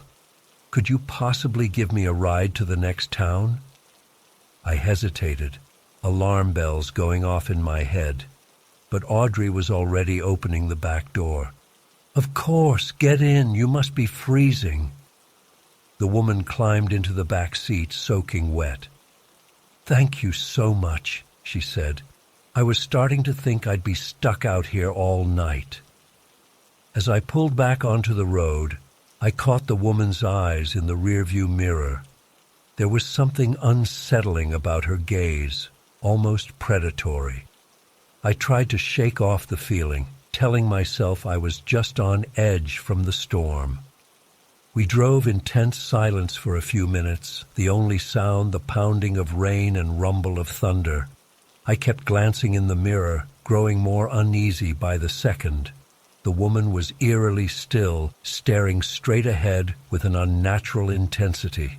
Suddenly, without warning, she lunged forward and wrapped her hands around my throat. I let out a strangled yell as her fingers dug into my windpipe with inhuman strength.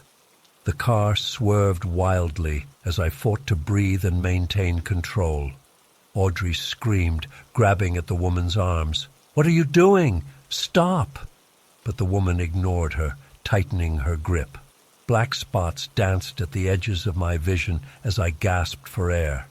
With one hand, I clawed desperately at her fingers while trying to keep the car on the road with the other. In my peripheral vision, I saw Audrey grab her purse and start hitting the woman with it. "Let go of him!" she shrieked. The woman finally released her hold on my throat, whipping around to face Audrey with a snarl. I sucked in a ragged breath, my head spinning. Somehow I managed to slam on the brakes, sending us skidding onto the shoulder. As soon as we stopped, the woman lunged at Audrey. They grappled in the front seat, a tangle of flailing limbs. I fumbled to unbuckle my seatbelt, my fingers clumsy and uncoordinated. Just as I managed to free myself, Audrey let out a blood-curdling scream. I turned to see the woman's face inches from Audrey's neck, mouth opened impossibly wide to reveal rows of needle-sharp teeth. Pure adrenaline surged through me. I grabbed the woman by the hair and yanked her backwards with all my strength. She let out an inhuman shriek, her head snapping around 180 degrees to face me. Her eyes were solid black, gleaming with malevolence. I recoiled in horror, my grip loosening. The woman seized the opportunity, lunging at me with lightning speed. Her hands locked around my throat once more, squeezing with crushing force. "Audrey!" I choked out. "The door!" Understanding flashed in her eyes. She scrambled to open the rear door, then helped me shove the creature out of the car. As soon as it cleared the doorway, I slammed my foot on the gas. We peeled away, tires squealing on the wet pavement. In the rearview mirror, I caught a glimpse of the woman, if you could even call it that, standing in the middle of the road. Rain poured down around her, but she remained perfectly still, those black eyes boring into me even from a distance. Then we rounded a curve, and she disappeared from view. We drove in shocked silence for several minutes, both of us breathing heavily. Finally, Audrey spoke, her voice shaky. What the hell was that thing?" I shook my head, still struggling to process what had just happened. "I don't know, but it wasn't human." "Did you see its teeth? And the way its head turned?" Audrey trailed off with a shudder. "I know. I saw." I rubbed my neck, wincing at the tenderness. I was sure I'd have bruises in the shape of handprints. We lapsed into silence again, the only sound the steady thrum of rain on the roof. My mind raced, trying to make sense of what we'd just experienced. Part of me wanted to dismiss it as some kind of shared hallucination brought on by fatigue and the stress of driving in the storm. But the ache in my throat and the vivid memory of those black eyes told me it had been all too real. After what felt like hours, but was probably only 20 minutes, we finally saw lights ahead, a gas station, mercifully still open despite the late hour. I pulled in, my hands shaking as I cut the engine. "Should we tell someone?" Audrey asked in a small voice. I considered it for a moment, then shook my head. "Who would believe us? They'd think we were crazy or on drugs." She nodded, looking relieved. "You're right. Let's just try to forget about it." But as we went inside to get some much-needed coffee, I knew forgetting wasn't an option. The image of that woman, that thing, was seared into my brain. I found myself jumping at every shadow, half expecting to see those pitch-black eyes staring back at me. We spent the night in a cheap motel nearby, neither of us willing to get back on the road. Sleep was elusive, every creak and groan of the old building setting my nerves on edge. When I did manage to doze off, my dreams were filled with gnashing teeth and grasping hands. The next morning dawned bright and clear, the storm having passed in the night. In the harsh light of day, it was tempting to write off our encounter as nothing more than an especially vivid nightmare.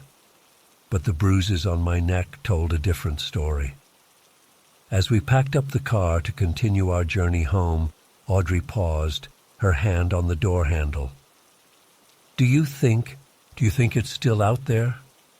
I glanced nervously at the tree line bordering the motel parking lot. "I don't know, but I hope to God we never find out." We drove home in tense silence, both of us scanning the roadside for any sign of our nightmarish hitchhiker. Even weeks later, back in the safety of our normal lives, I found myself unable to shake the lingering dread. Every time I had to drive at night, especially in the rain, I'd break out in a cold sweat. I've tried to rationalize it, to come up with some logical explanation for what happened that night. But deep down, I know the truth. There are things in this world that defy explanation. Dark things lurking just beyond the reach of our headlights. And sometimes, if we're not careful, they find their way in. So if you're ever driving down a lonely road late at night and see someone asking for help, just keep driving. Because you never know what might be trying to hitch a ride.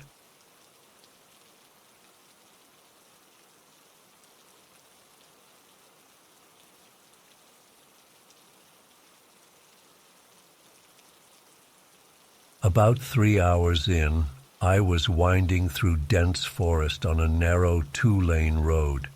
There were hardly any other vehicles around. The full moon cast an eerie glow through the trees. I was feeling a bit on edge, but I chalked it up to too much gas station coffee and the creepy atmosphere.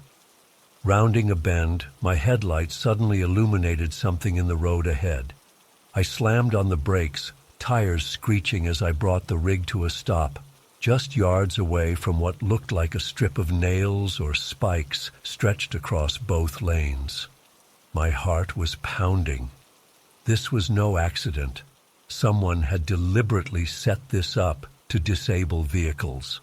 I put on my hazards and grabbed the flashlight from the glove box, hand shaking slightly as I opened the door. The cool night air hit me as I stepped down. I approached cautiously, scanning the tree line on both sides. The hairs on the back of my neck stood up. It felt like I was being watched. As I got closer, I could see it was a homemade spike strip made of sharpened rebar welded to a metal frame. This thing would shred tires in an instant. A chill ran down my spine as I realized how close I'd come to disaster. If I'd been going any faster or noticed it a second later, I'd be stranded out here. That's when I heard the snapping of branches in the woods to my right. I whirled around, flashlight beam cutting through the darkness. For a split second, I caught a glimpse of movement, a dark figure ducking behind a tree. My blood ran cold. "Hello?" I called out, voice shaking. "Is someone there?" Silence. Just the whisper of wind through the leaves. But I knew what I'd seen. Someone was out there, hiding in the shadows, and they didn't want to be found. I backed up slowly towards the cab, every sense on high alert. That's when I heard it, the unmistakable sound of boots crunching on gravel coming from the other side of the road. I spun around and my flashlight beam landed on a man emerging from the tree line about 50 yards away. He was dressed all in black, face obscured by the shadows. But even from this distance I could tell he was big, at least 6'4", and solidly built. He started walking purposefully towards me. Panic exploded in my chest. I sprinted for the cab, scrambling up into the seat and slamming the door. My hands were shaking so bad I could barely get the key in the ignition. The engine roared to life just as 2 more men appeared from the woods on the right side of the truck. I threw it in reverse, tires spinning as I backed up. In my side mirror, I saw the first man break into a run. He was closing the distance fast. The truck shuddered as I shifted into drive and floored it. The spike strip loomed ahead. There was no way around it on the narrow road. In a split-second decision born of pure terror, I yanked the wheel hard to the right.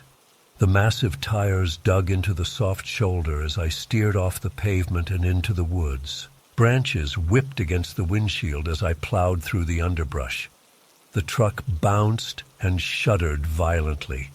I gripped the wheel with white knuckles, trying desperately to keep control. Behind me, I heard shouting. A glance in the mirror showed flashlight beams bobbing through the trees. They were coming after me on foot. I don't know how long I drove through those woods. It felt like hours, but was probably only minutes. My heart was hammering so hard I thought it might burst. Every shadow looked like a threat. I kept expecting to see those men materialize in front of me at any moment. Finally, miraculously, I burst out of the tree line onto another paved road. I had no idea where I was, but I didn't care. I pushed the accelerator to the floor and roared off into the night, putting as much distance between me and that nightmare scene as possible. It wasn't until I'd gone at least 20 miles that I finally allowed myself to slow down and breathe. My hands were cramping from gripping the wheel so tightly. I was drenched in sweat. The adrenaline crash hit me hard, and I started shaking uncontrollably. I pulled over at the first well-lit gas station I saw. My legs were so wobbly I could barely walk. I stumbled inside and must have looked like hell because the clerk asked if I was all right. I mumbled something about feeling sick and made a beeline for the bathroom. I splashed cold water on my face and stared at my wild-eyed reflection in the mirror. What the hell had just happened? Who were those men? What would they have done if they'd caught me? The questions swirled in my mind, each more terrifying than the last. After collecting myself, I went back out and bought the strongest coffee they had. The clerk eyed me warily but didn't ask any questions. I considered calling the police, but what would I even say? I had no proof. It would be my word against nothing. And a part of me was afraid they wouldn't believe me, that they'd think I was some tweaker who'd hallucinated the whole thing. So I got back on the road and drove straight through to my destination, too scared to stop anywhere else. I called my dispatcher and made up a story about engine trouble to explain the delay.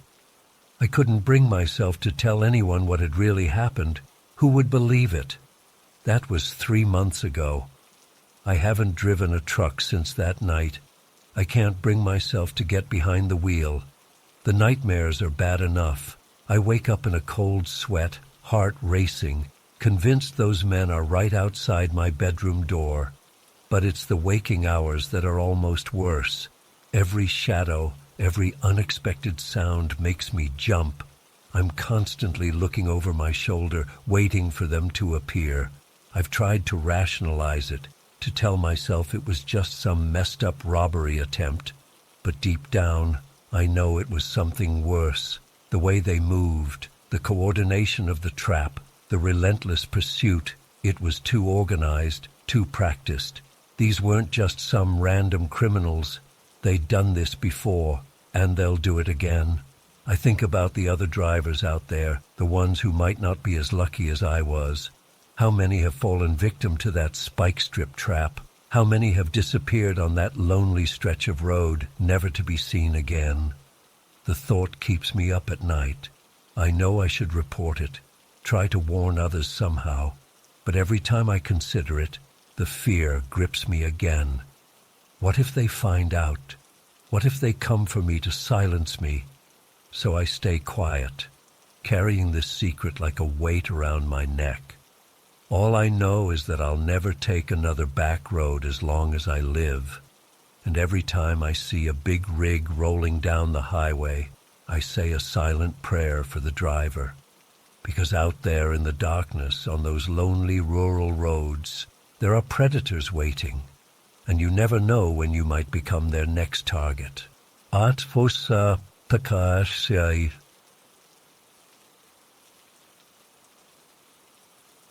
I was just trying to get through another mundane Monday evening, picking up a few groceries after work like I always do.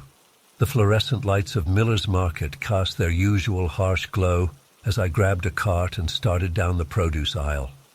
I was mentally running through my shopping list: milk, eggs, cereal, The usual stuff.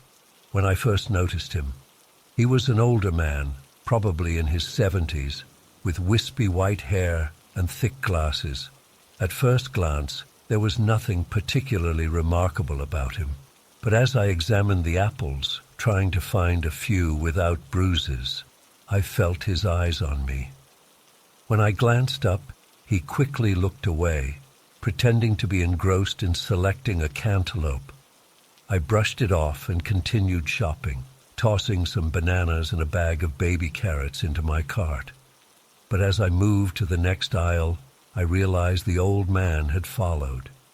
He was examining boxes of pasta about 10 feet away, but I could feel him watching me out of the corner of his eye.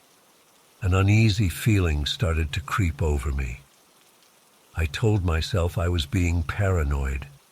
He was just an old man doing his shopping, same as me. But as I continued through the store, he seemed to pop up in every aisle I went down. When I stopped to grab some yogurt from the dairy case, he shuffled up beside me and reached for a carton of milk. "Ah, Greek yogurt," he said, nodding at the containers in my hand. "Very healthy choice. Lots of protein." I gave a tight smile and mumbled, before quickly moving away, but he followed, keeping pace a few steps behind me. "You know, studies show fermented foods are excellent for gut health," he continued, his voice wavering slightly with age. "I try to eat yogurt every day myself." I increased my pace, hoping he'd take the hint that I wasn't interested in conversation. But he persisted, commenting on nearly every item I put in my cart. "Whole grain bread, another good choice. Have to keep that fiber intake up. Ah, chicken breasts, very lean protein. You must be quite health conscious." With each remark, my anxiety ratcheted up another notch. I started grabbing items at random, no longer caring about what I actually needed. I just wanted to finish and get out of there. As I practically ran down the cereal aisle, he called out, "You know, a bowl of oatmeal in the morning really sticks to your ribs, keeps you full much longer than those sugary cereals." I whirled around, my patience finally snapping. "Sir, I'm not interested in your opinions on my groceries. Please leave me alone." He blinked at me in apparent surprise. "Oh, I'm sorry, dear. I didn't mean to bother you. I just get a bit lonely sometimes and enjoy a nice chat while shopping." He gave a sad little shrug. "I'll leave you be." Guilt washed over me. Had I overreacted to a harmless old man just looking for some social interaction? But the uneasiness lingered. Something about the way he watched me still felt off. I hurried through the rest of my shopping, constantly glancing over my shoulder. To my relief, I didn't see the old man again. As I waited in the checkout line, I started to relax. Maybe I really had been paranoid after all. I paid for my groceries and headed out to the parking lot, my arms laden with bags. The sun had set while I was inside, and the lot was dimly lit. As I approached my car, I heard shuffling footsteps behind me. My heart rate spiked as I fumbled for my keys, nearly dropping a bag in the process. I managed to get the trunk open and toss the groceries in haphazardly before slamming it shut. Just as I was about to open the driver's side door, a hand touched my shoulder. I let out a strangled yelp and spun around. It was him, the old man from inside. He was standing much too close, peering at me through those thick glasses. "I'm sorry if I frightened you earlier," he said, his breath smelling faintly of denture adhesive. "I just wanted to make sure you got to your car safely. It can be dangerous for a young woman alone at night."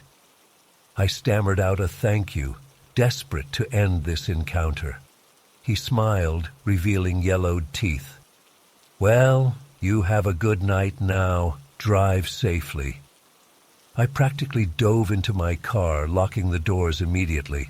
As I backed out, I saw him still standing there, watching me leave. My hands shook as I navigated out of the parking lot. The whole drive home, I kept checking my rearview mirror, half expecting to see headlights following me. But the roads were quiet. By the time I pulled into my driveway, I had mostly convinced myself that I had overreacted. He was just a lonely old man, maybe a bit socially awkward, but ultimately harmless. I lugged my groceries inside and started putting them away, deliberately focusing on the task to calm my nerves. As I was shelving cans in the pantry, my phone buzzed with a text message. Probably my mom checking in, I thought. But when I looked at the screen, my blood ran cold. It was from an unknown number. "I hope you made it home safely. You really should be more careful. I noticed you left your car unlocked while shopping. Anyone could have slipped something inside. Sleep well." My hands trembled so badly I nearly dropped the phone. How? How did he get my number? How did he know where I lived? 1,000 terrifying possibilities raced through my mind. I ran through the house, checking that all the doors and windows were locked. I drew all the curtains and turned on every light. But I still felt exposed, vulnerable. I called the police, but they said there wasn't much they could do based on one text message. They told me to block the number and call back if I received any explicit threats. I didn't sleep at all that night. Every creaking floorboard, every rustle of leaves outside sent a fresh jolt of fear through me. I kept imagining the old man's face peering in through my windows, those thick glasses magnifying his eyes to an unnatural size. As the sun finally began to rise, I was huddled on my couch, jumping at every sound. I had no idea how he'd gotten my information or why he'd fixated on me. But I knew one thing for certain. I was never shopping at Miller's Market again. The next few weeks were a blur of paranoia. I changed my phone number, installed a security system, even considered moving, but nothing happened. No more texts, no sign of the old man. Eventually, the constant fear began to fade, replaced by a dull anxiety that never quite went away. To this day, I have no explanation for what happened. Was it just a lonely old man who took things too far, or something more sinister? I'll never know for sure, but I do know that I'll never look at a trip to the grocery store the same way again. You never know who might be watching, waiting to follow you home.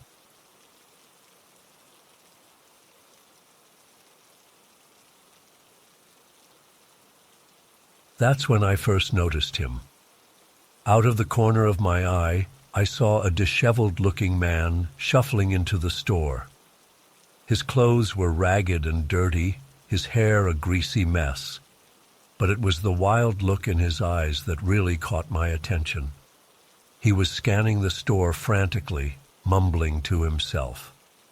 I quickly looked away and focused on my shopping list, not wanting to stare. As I moved down the cereal aisle, I got that prickly feeling on the back of my neck like I was being watched. I glanced over my shoulder and saw the man standing at the end of the aisle, just staring at me.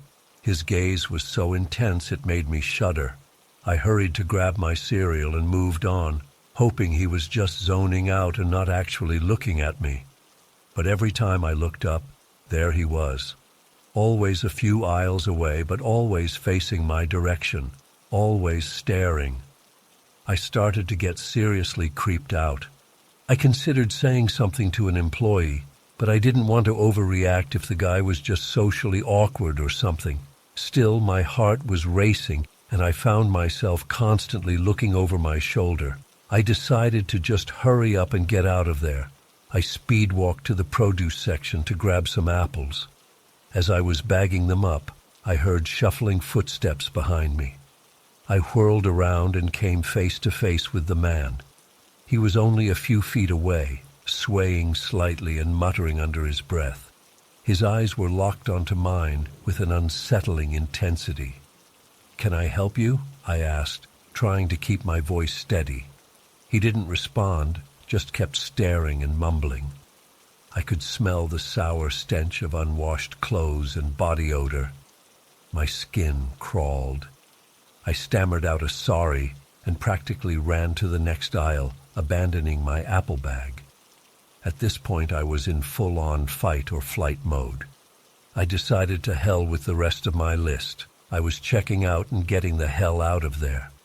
I power walked to the front of the store, constantly checking behind me.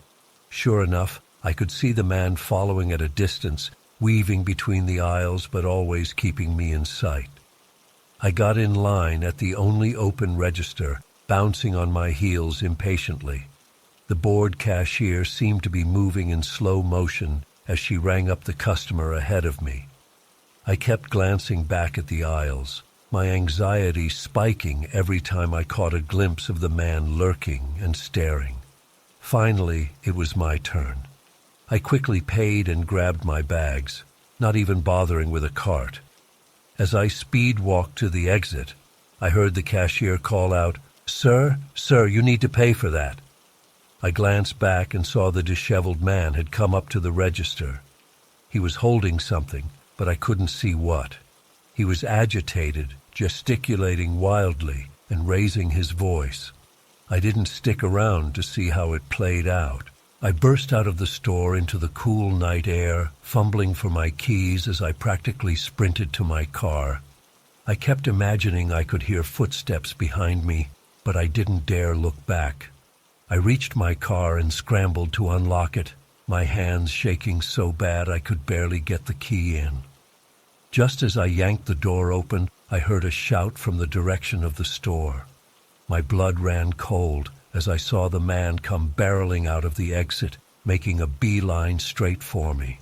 I dove into the driver's seat and slammed the door, frantically jamming my key into the ignition. The engine roared to life just as the man reached my car. He slammed his hands on the window, his face inches from the glass. He was screaming something I couldn't make out, spittle flying from his mouth. I threw the car in reverse and peeled out of the parking spot. The man stumbled but kept coming, chasing after my car as I sped towards the exit.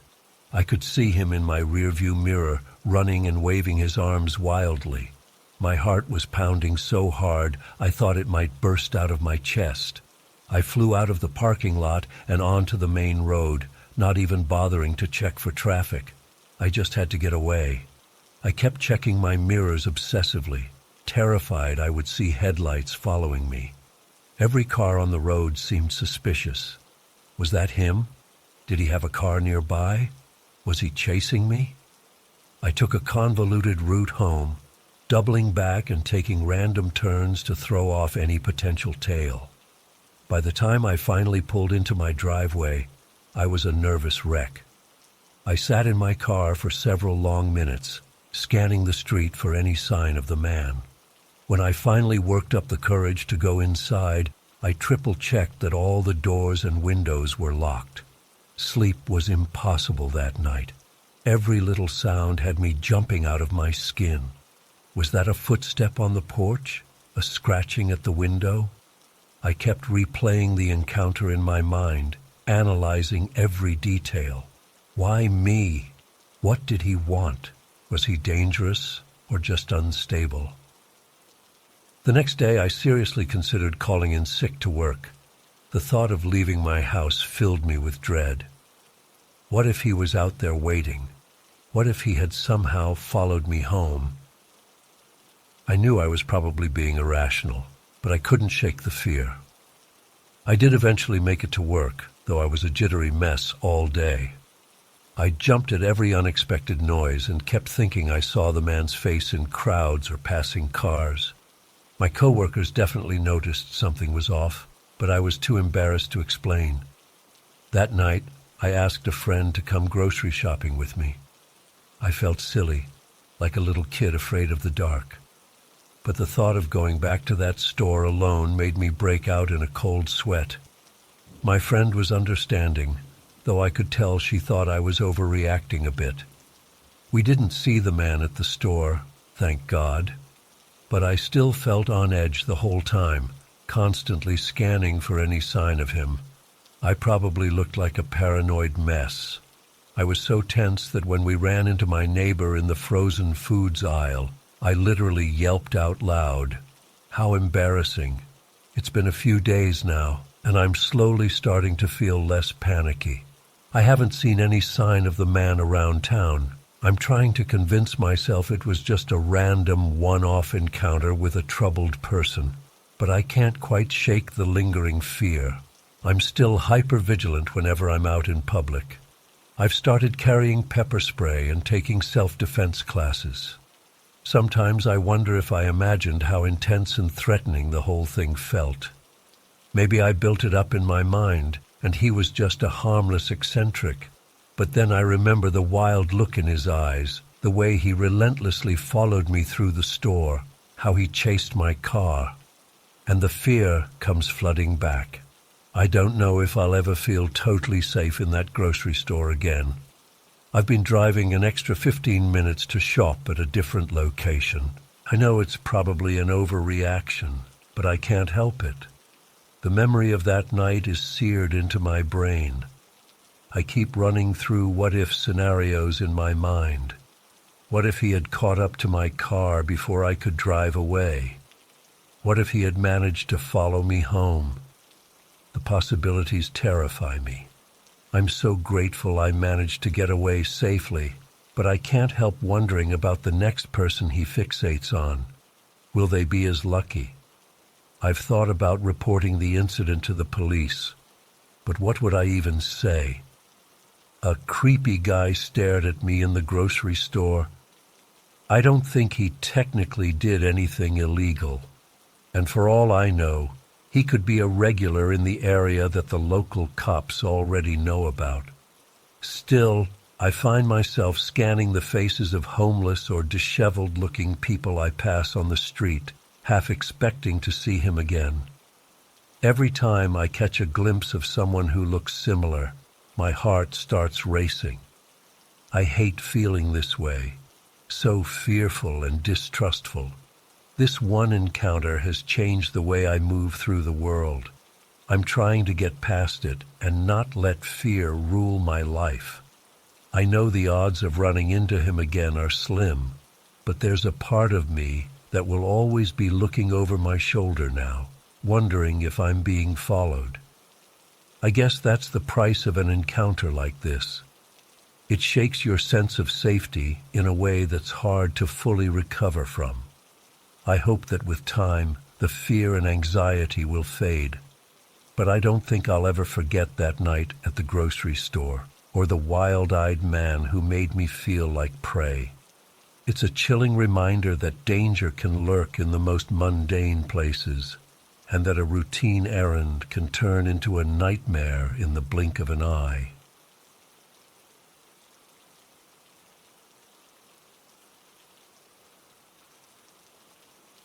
It started off like any other shopping trip. I grabbed a cart, pulled out my list, and made my way through the aisles. The store was pretty busy, as you'd expect on a weekend.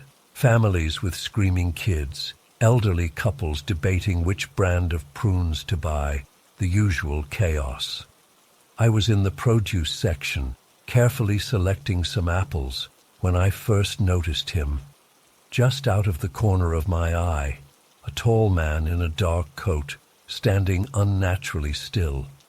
He wasn't shopping, just watching.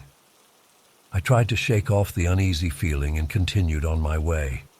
A few minutes later, I was examining cereal boxes when that prickly sensation on the back of my neck returned. I glanced up, and there he was again, at the end of the aisle. Our eyes met for a split second before he quickly looked away and pretended to be interested in some crackers. "You're being paranoid," I told myself. "It's a public place. People are allowed to shop wherever they want." Still, I couldn't quite shake the feeling that something was off. I deliberately took a roundabout path to the dairy section, weaving through several aisles. My heart sank when I rounded a corner and saw that unmistakable dark coat again. This time, he didn't even try to hide the fact that he was staring directly at me. Panic started to set in. I abandoned my cart and speed-walked to the opposite end of the store, ducking into the frozen foods section. I pretended to be deeply fascinated by bags of peas while frantically trying to come up with a plan. Should I confront him? No, too risky. Call the police? But what would I even say? "Hello, officer? There's a creepy guy following me around the supermarket." They'd probably laugh it off. I was starting to doubt my own sanity. Maybe I was blowing this whole thing out of proportion. Just then, I heard footsteps approaching. Slow, deliberate footsteps. I didn't dare turn around, but I could see his reflection in the glass of the freezer door. He was getting closer. My whole body went cold with fear. In that moment, fight or flight kicked in and I bolted. I ran down the aisle, nearly knocking over a display of paper towels. I could hear him behind me, his pace quickening to match mine. I spotted an employee restocking shelves and made a beeline for him. "Please," I gasped, probably sounding completely unhinged. "There's a man following me. He won't leave me alone. I need help." The poor kid looked utterly bewildered, but to his credit, he stepped in front of me protectively. "Sir," he called out, "is there a problem here?" The man in the coat stopped short, his face a mask of neutrality. "No problem," he said quietly. "Just shopping." But his eyes never left me. "Well, this lady says you've been following her," the employee pressed. "I'm going to have to ask you to leave the store." For a long, tense moment, I thought he might argue or lash out. But then, without a word, he turned and walked away, just like that. The employee asked if I wanted him to call security or the police, but I was so shaken up I could barely form a coherent sentence. I just wanted to get out of there. I abandoned my groceries and practically ran to my car, constantly looking over my shoulder. The drive home was a blur. I kept checking my rearview mirror, convinced I'd see that dark coat in a car behind me. But there was nothing. It's been weeks now, and I still can't shake the fear. I keep replaying the incident in my mind, wondering what might have happened if I hadn't found that employee when I did. Was the man just socially awkward and unaware of how creepy he was being? Or did he have more sinister intentions? I've always considered myself a pretty level-headed person, not prone to paranoia. But now, every time I leave the house, I'm on high alert. I catch myself scanning crowds looking for that coat. I've started varying my routines, taking different routes to work, even changing where I do my shopping. The rational part of my brain knows that the chances of running into that same man again are slim. But the experience has shattered my sense of safety in public spaces. I'm jumpy, constantly looking over my shoulder. I've started carrying pepper spray and taking self-defense classes. What haunts me most is the not knowing. Who was he? What did he want? Why me? These questions keep me up at night. I've scoured local news sites, half expecting and dreading to see a story about a similar incident or, worse, an actual attack. But there's been nothing. I know I should probably talk to a therapist about this. My friends and family are concerned about how much this has affected me. But a part of me is afraid that if I start to let go of the fear, I'll let my guard down. And what if he's still out there waiting? Sometimes I wonder if I overreacted. Maybe he really was just shopping and happened to be going to the same areas of the store as me. But then I remember the intensity of his gaze, the way he seemed to materialize wherever I went, and that cold feeling returns. I've started to question every interaction I have with strangers now. Is that person really just being friendly, or do they have ulterior motives? It's exhausting, living with this constant undercurrent of suspicion and fear. The incident has made me hyper-aware of how vulnerable we all are, especially women in public spaces. I've started noticing other women in stores, on the street, in parking lots, always assessing their surroundings, keys clutched between their fingers like makeshift weapons. Is this just the reality we have to accept? I wish I had a neat resolution to this story. I wish I could say that I've moved past it, or that the mystery was solved. But the truth is, I'm still struggling. Every day is a battle between my desire to live my life normally and the nagging fear that danger could be lurking around any corner. For now, I'm taking it one day at a time. I'm trying to reclaim my sense of safety and autonomy. But I know I'll never look at a routine trip to the supermarket the same way again. That ordinary Saturday afternoon changed everything, leaving me with scars that aren't visible but run deep. To anyone reading this who's had a similar experience, know that you're not alone. And to everyone else, please be aware of your surroundings. Trust your instincts. If something feels off, it probably is. Stay safe out there.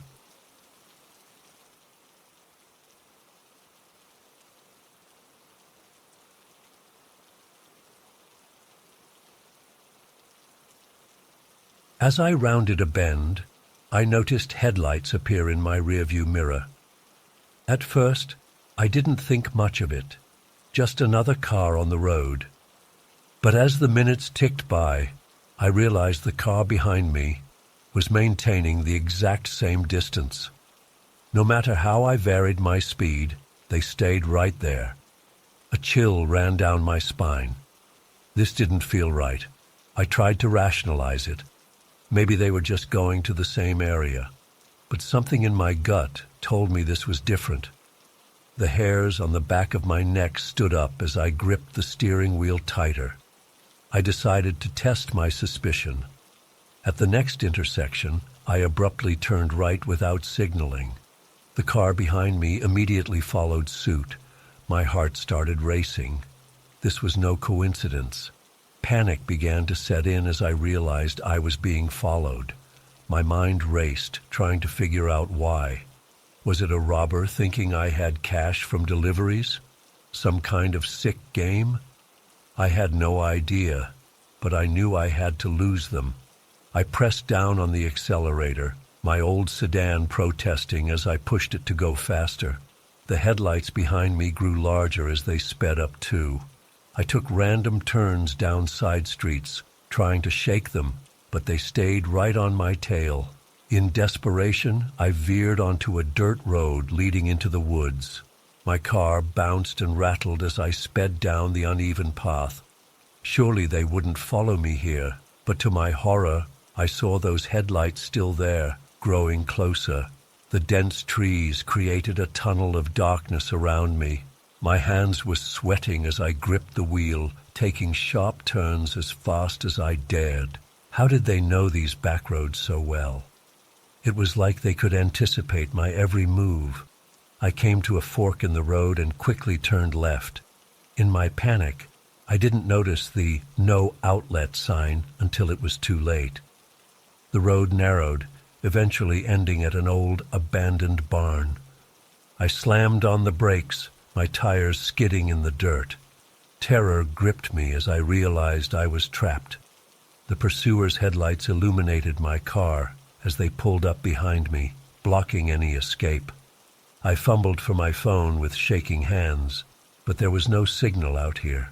For a moment, everything was still. The only sound was my ragged breathing and pounding heart. Then, slowly, the driver's door of the other car opened. I was frozen in fear, unable to move as I watched a tall figure step out. They were backlit by the headlights, making it impossible to see their face. My mind raced with horrible possibilities of what they might do. Suddenly, my survival instincts kicked in. I threw my car into reverse and slammed on the gas. There was a sickening crunch as I collided with their vehicle, but I kept going. I managed to squeeze past, scraping the side of my car in the process. I sped back down the dirt road, not daring to look back. My hands were shaking so badly I could barely steer. I expected at any moment to see those headlights appear behind me again. But as I merged back onto the main road, there was no sign of my pursuer. I drove straight to the police station, my heart still pounding. The officers took my statement, but without a license plate or description, there wasn't much they could do. I quit my delivery job the next day. For weeks after, I jumped at every sound and constantly checked my rearview mirror. Even now, months later, I can't shake the fear that someday I'll look in my mirror and see those headlights again. I never found out who was chasing me or why. Was it a case of mistaken identity? A thrill seeker getting their kicks? Or something more sinister? The not knowing is almost worse than the incident itself. Every time I drive at night, I'm on edge. That lonely stretch of road permanently etched into my memory. I avoid isolated areas now, sticking to well-lit, populated streets. But I can't escape the lingering dread that somewhere out there, that mysterious driver is still waiting, ready to resume the chase. I've tried to move on with my life, but the experience changed me.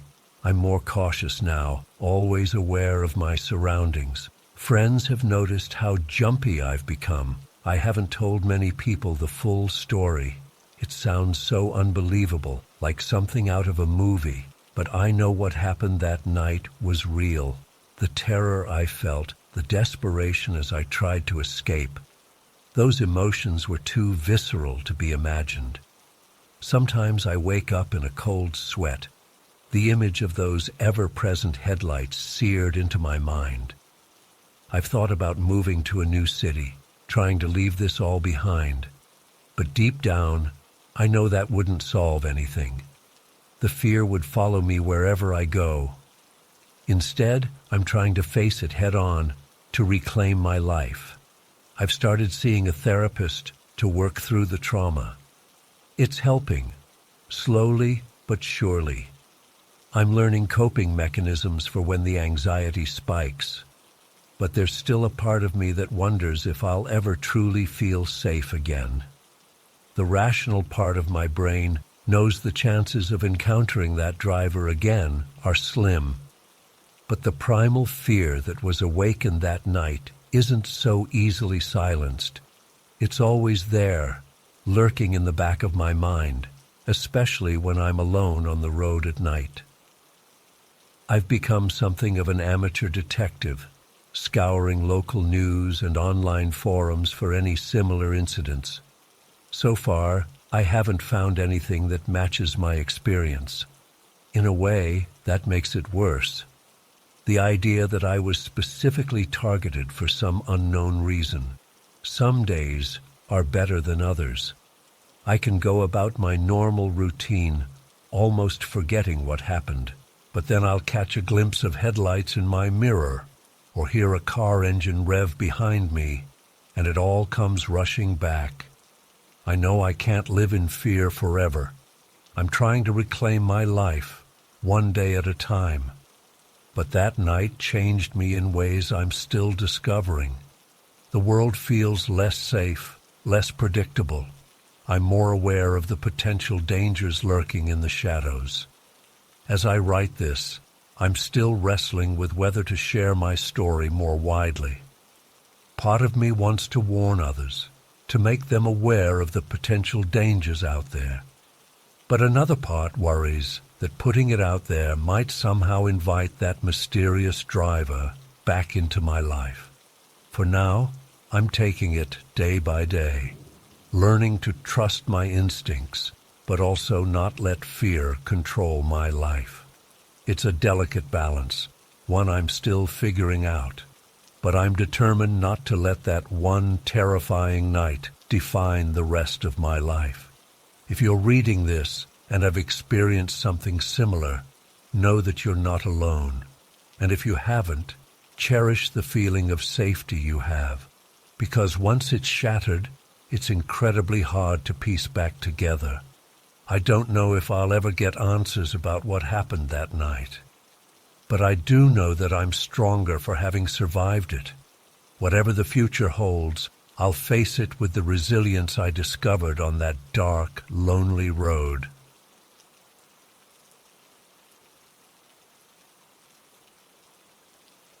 The address was way out in the sticks, some old farmhouse on the outskirts of town.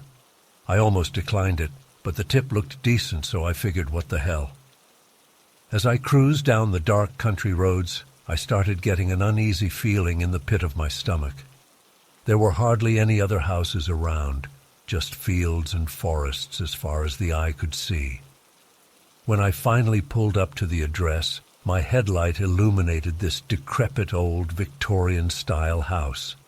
It looked like something straight out of a horror movie. Peeling paint, overgrown yard, broken shutters. I double-checked the address on my phone, hoping I'd made a mistake. But nope, this was the place. I grabbed the order and cautiously approached the front porch, leaves crunching under my feet. The floorboards creaked ominously as I stepped up to the door. That's when I noticed it was already slightly ajar, swaying gently in the breeze.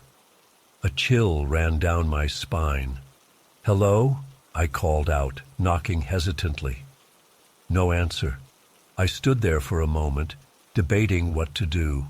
Company policy said to leave the order at the door if no one answered. But something about this whole situation felt very wrong. In the end, I decided to just drop the food on the welcome mat and get the hell out of there. As I bent down to set the bag on the ground, I heard it. The distinct sound of footsteps coming from inside the house. I froze, my heart pounding in my chest. The footsteps got closer and closer to the door. I bolted upright and stumbled backwards off the porch, nearly falling on my ass. That's when I saw it. A dark figure standing in the doorway, just a silhouette against the dim light from inside. I couldn't make out any features, but I could feel its eyes on me. I didn't stick around to see what would happen next. I sprinted to my scooter, fumbling with the keys, as my hands shook uncontrollably. I peeled out of there so fast I'm surprised I didn't crash. The whole way home, I kept checking my mirrors, half expecting to see that shadowy figure following me. When I finally made it back to my apartment, I locked the door and collapsed on the couch, trying to calm my racing heart. I told myself I was just being paranoid, that there had to be a logical explanation.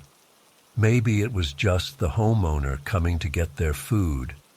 But deep down, I knew something wasn't right about that place. The next day, I tried to put the incident out of my mind and go about my normal routine. But I couldn't shake this nagging feeling that I was missing something. On a whim, I decided to check the delivery app to see if the customer had left a review or anything. What I found made my blood run cold. The order from the night before was completely gone from my history.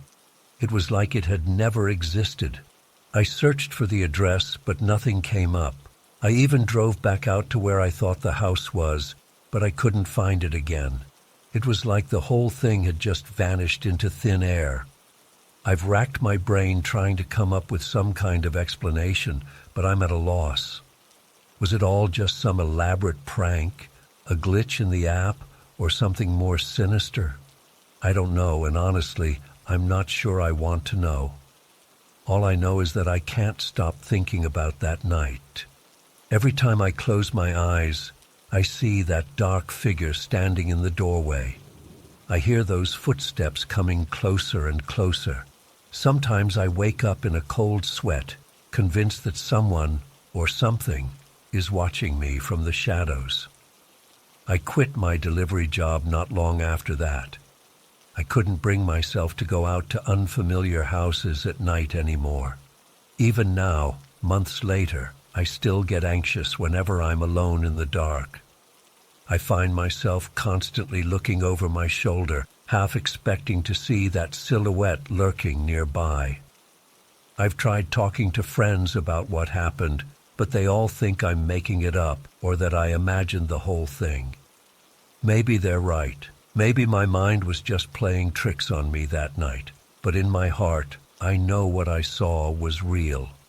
Sometimes I wonder what would have happened if I'd stuck around, if I'd gone inside that house. Would I have found answers? Or would I have disappeared without a trace, just like that phantom order? I may never know the truth about what really went down that night. But one thing's for sure. I'll never forget the terror I felt standing on that old porch, realizing I wasn't alone. Whatever was in that house, it wasn't human, and I thank my lucky stars every day that I got out of there when I did. So if you're ever out making deliveries late at night and you get an order to some creepy old house in the middle of nowhere, take my advice and just skip it. Some mysteries are better left unsolved.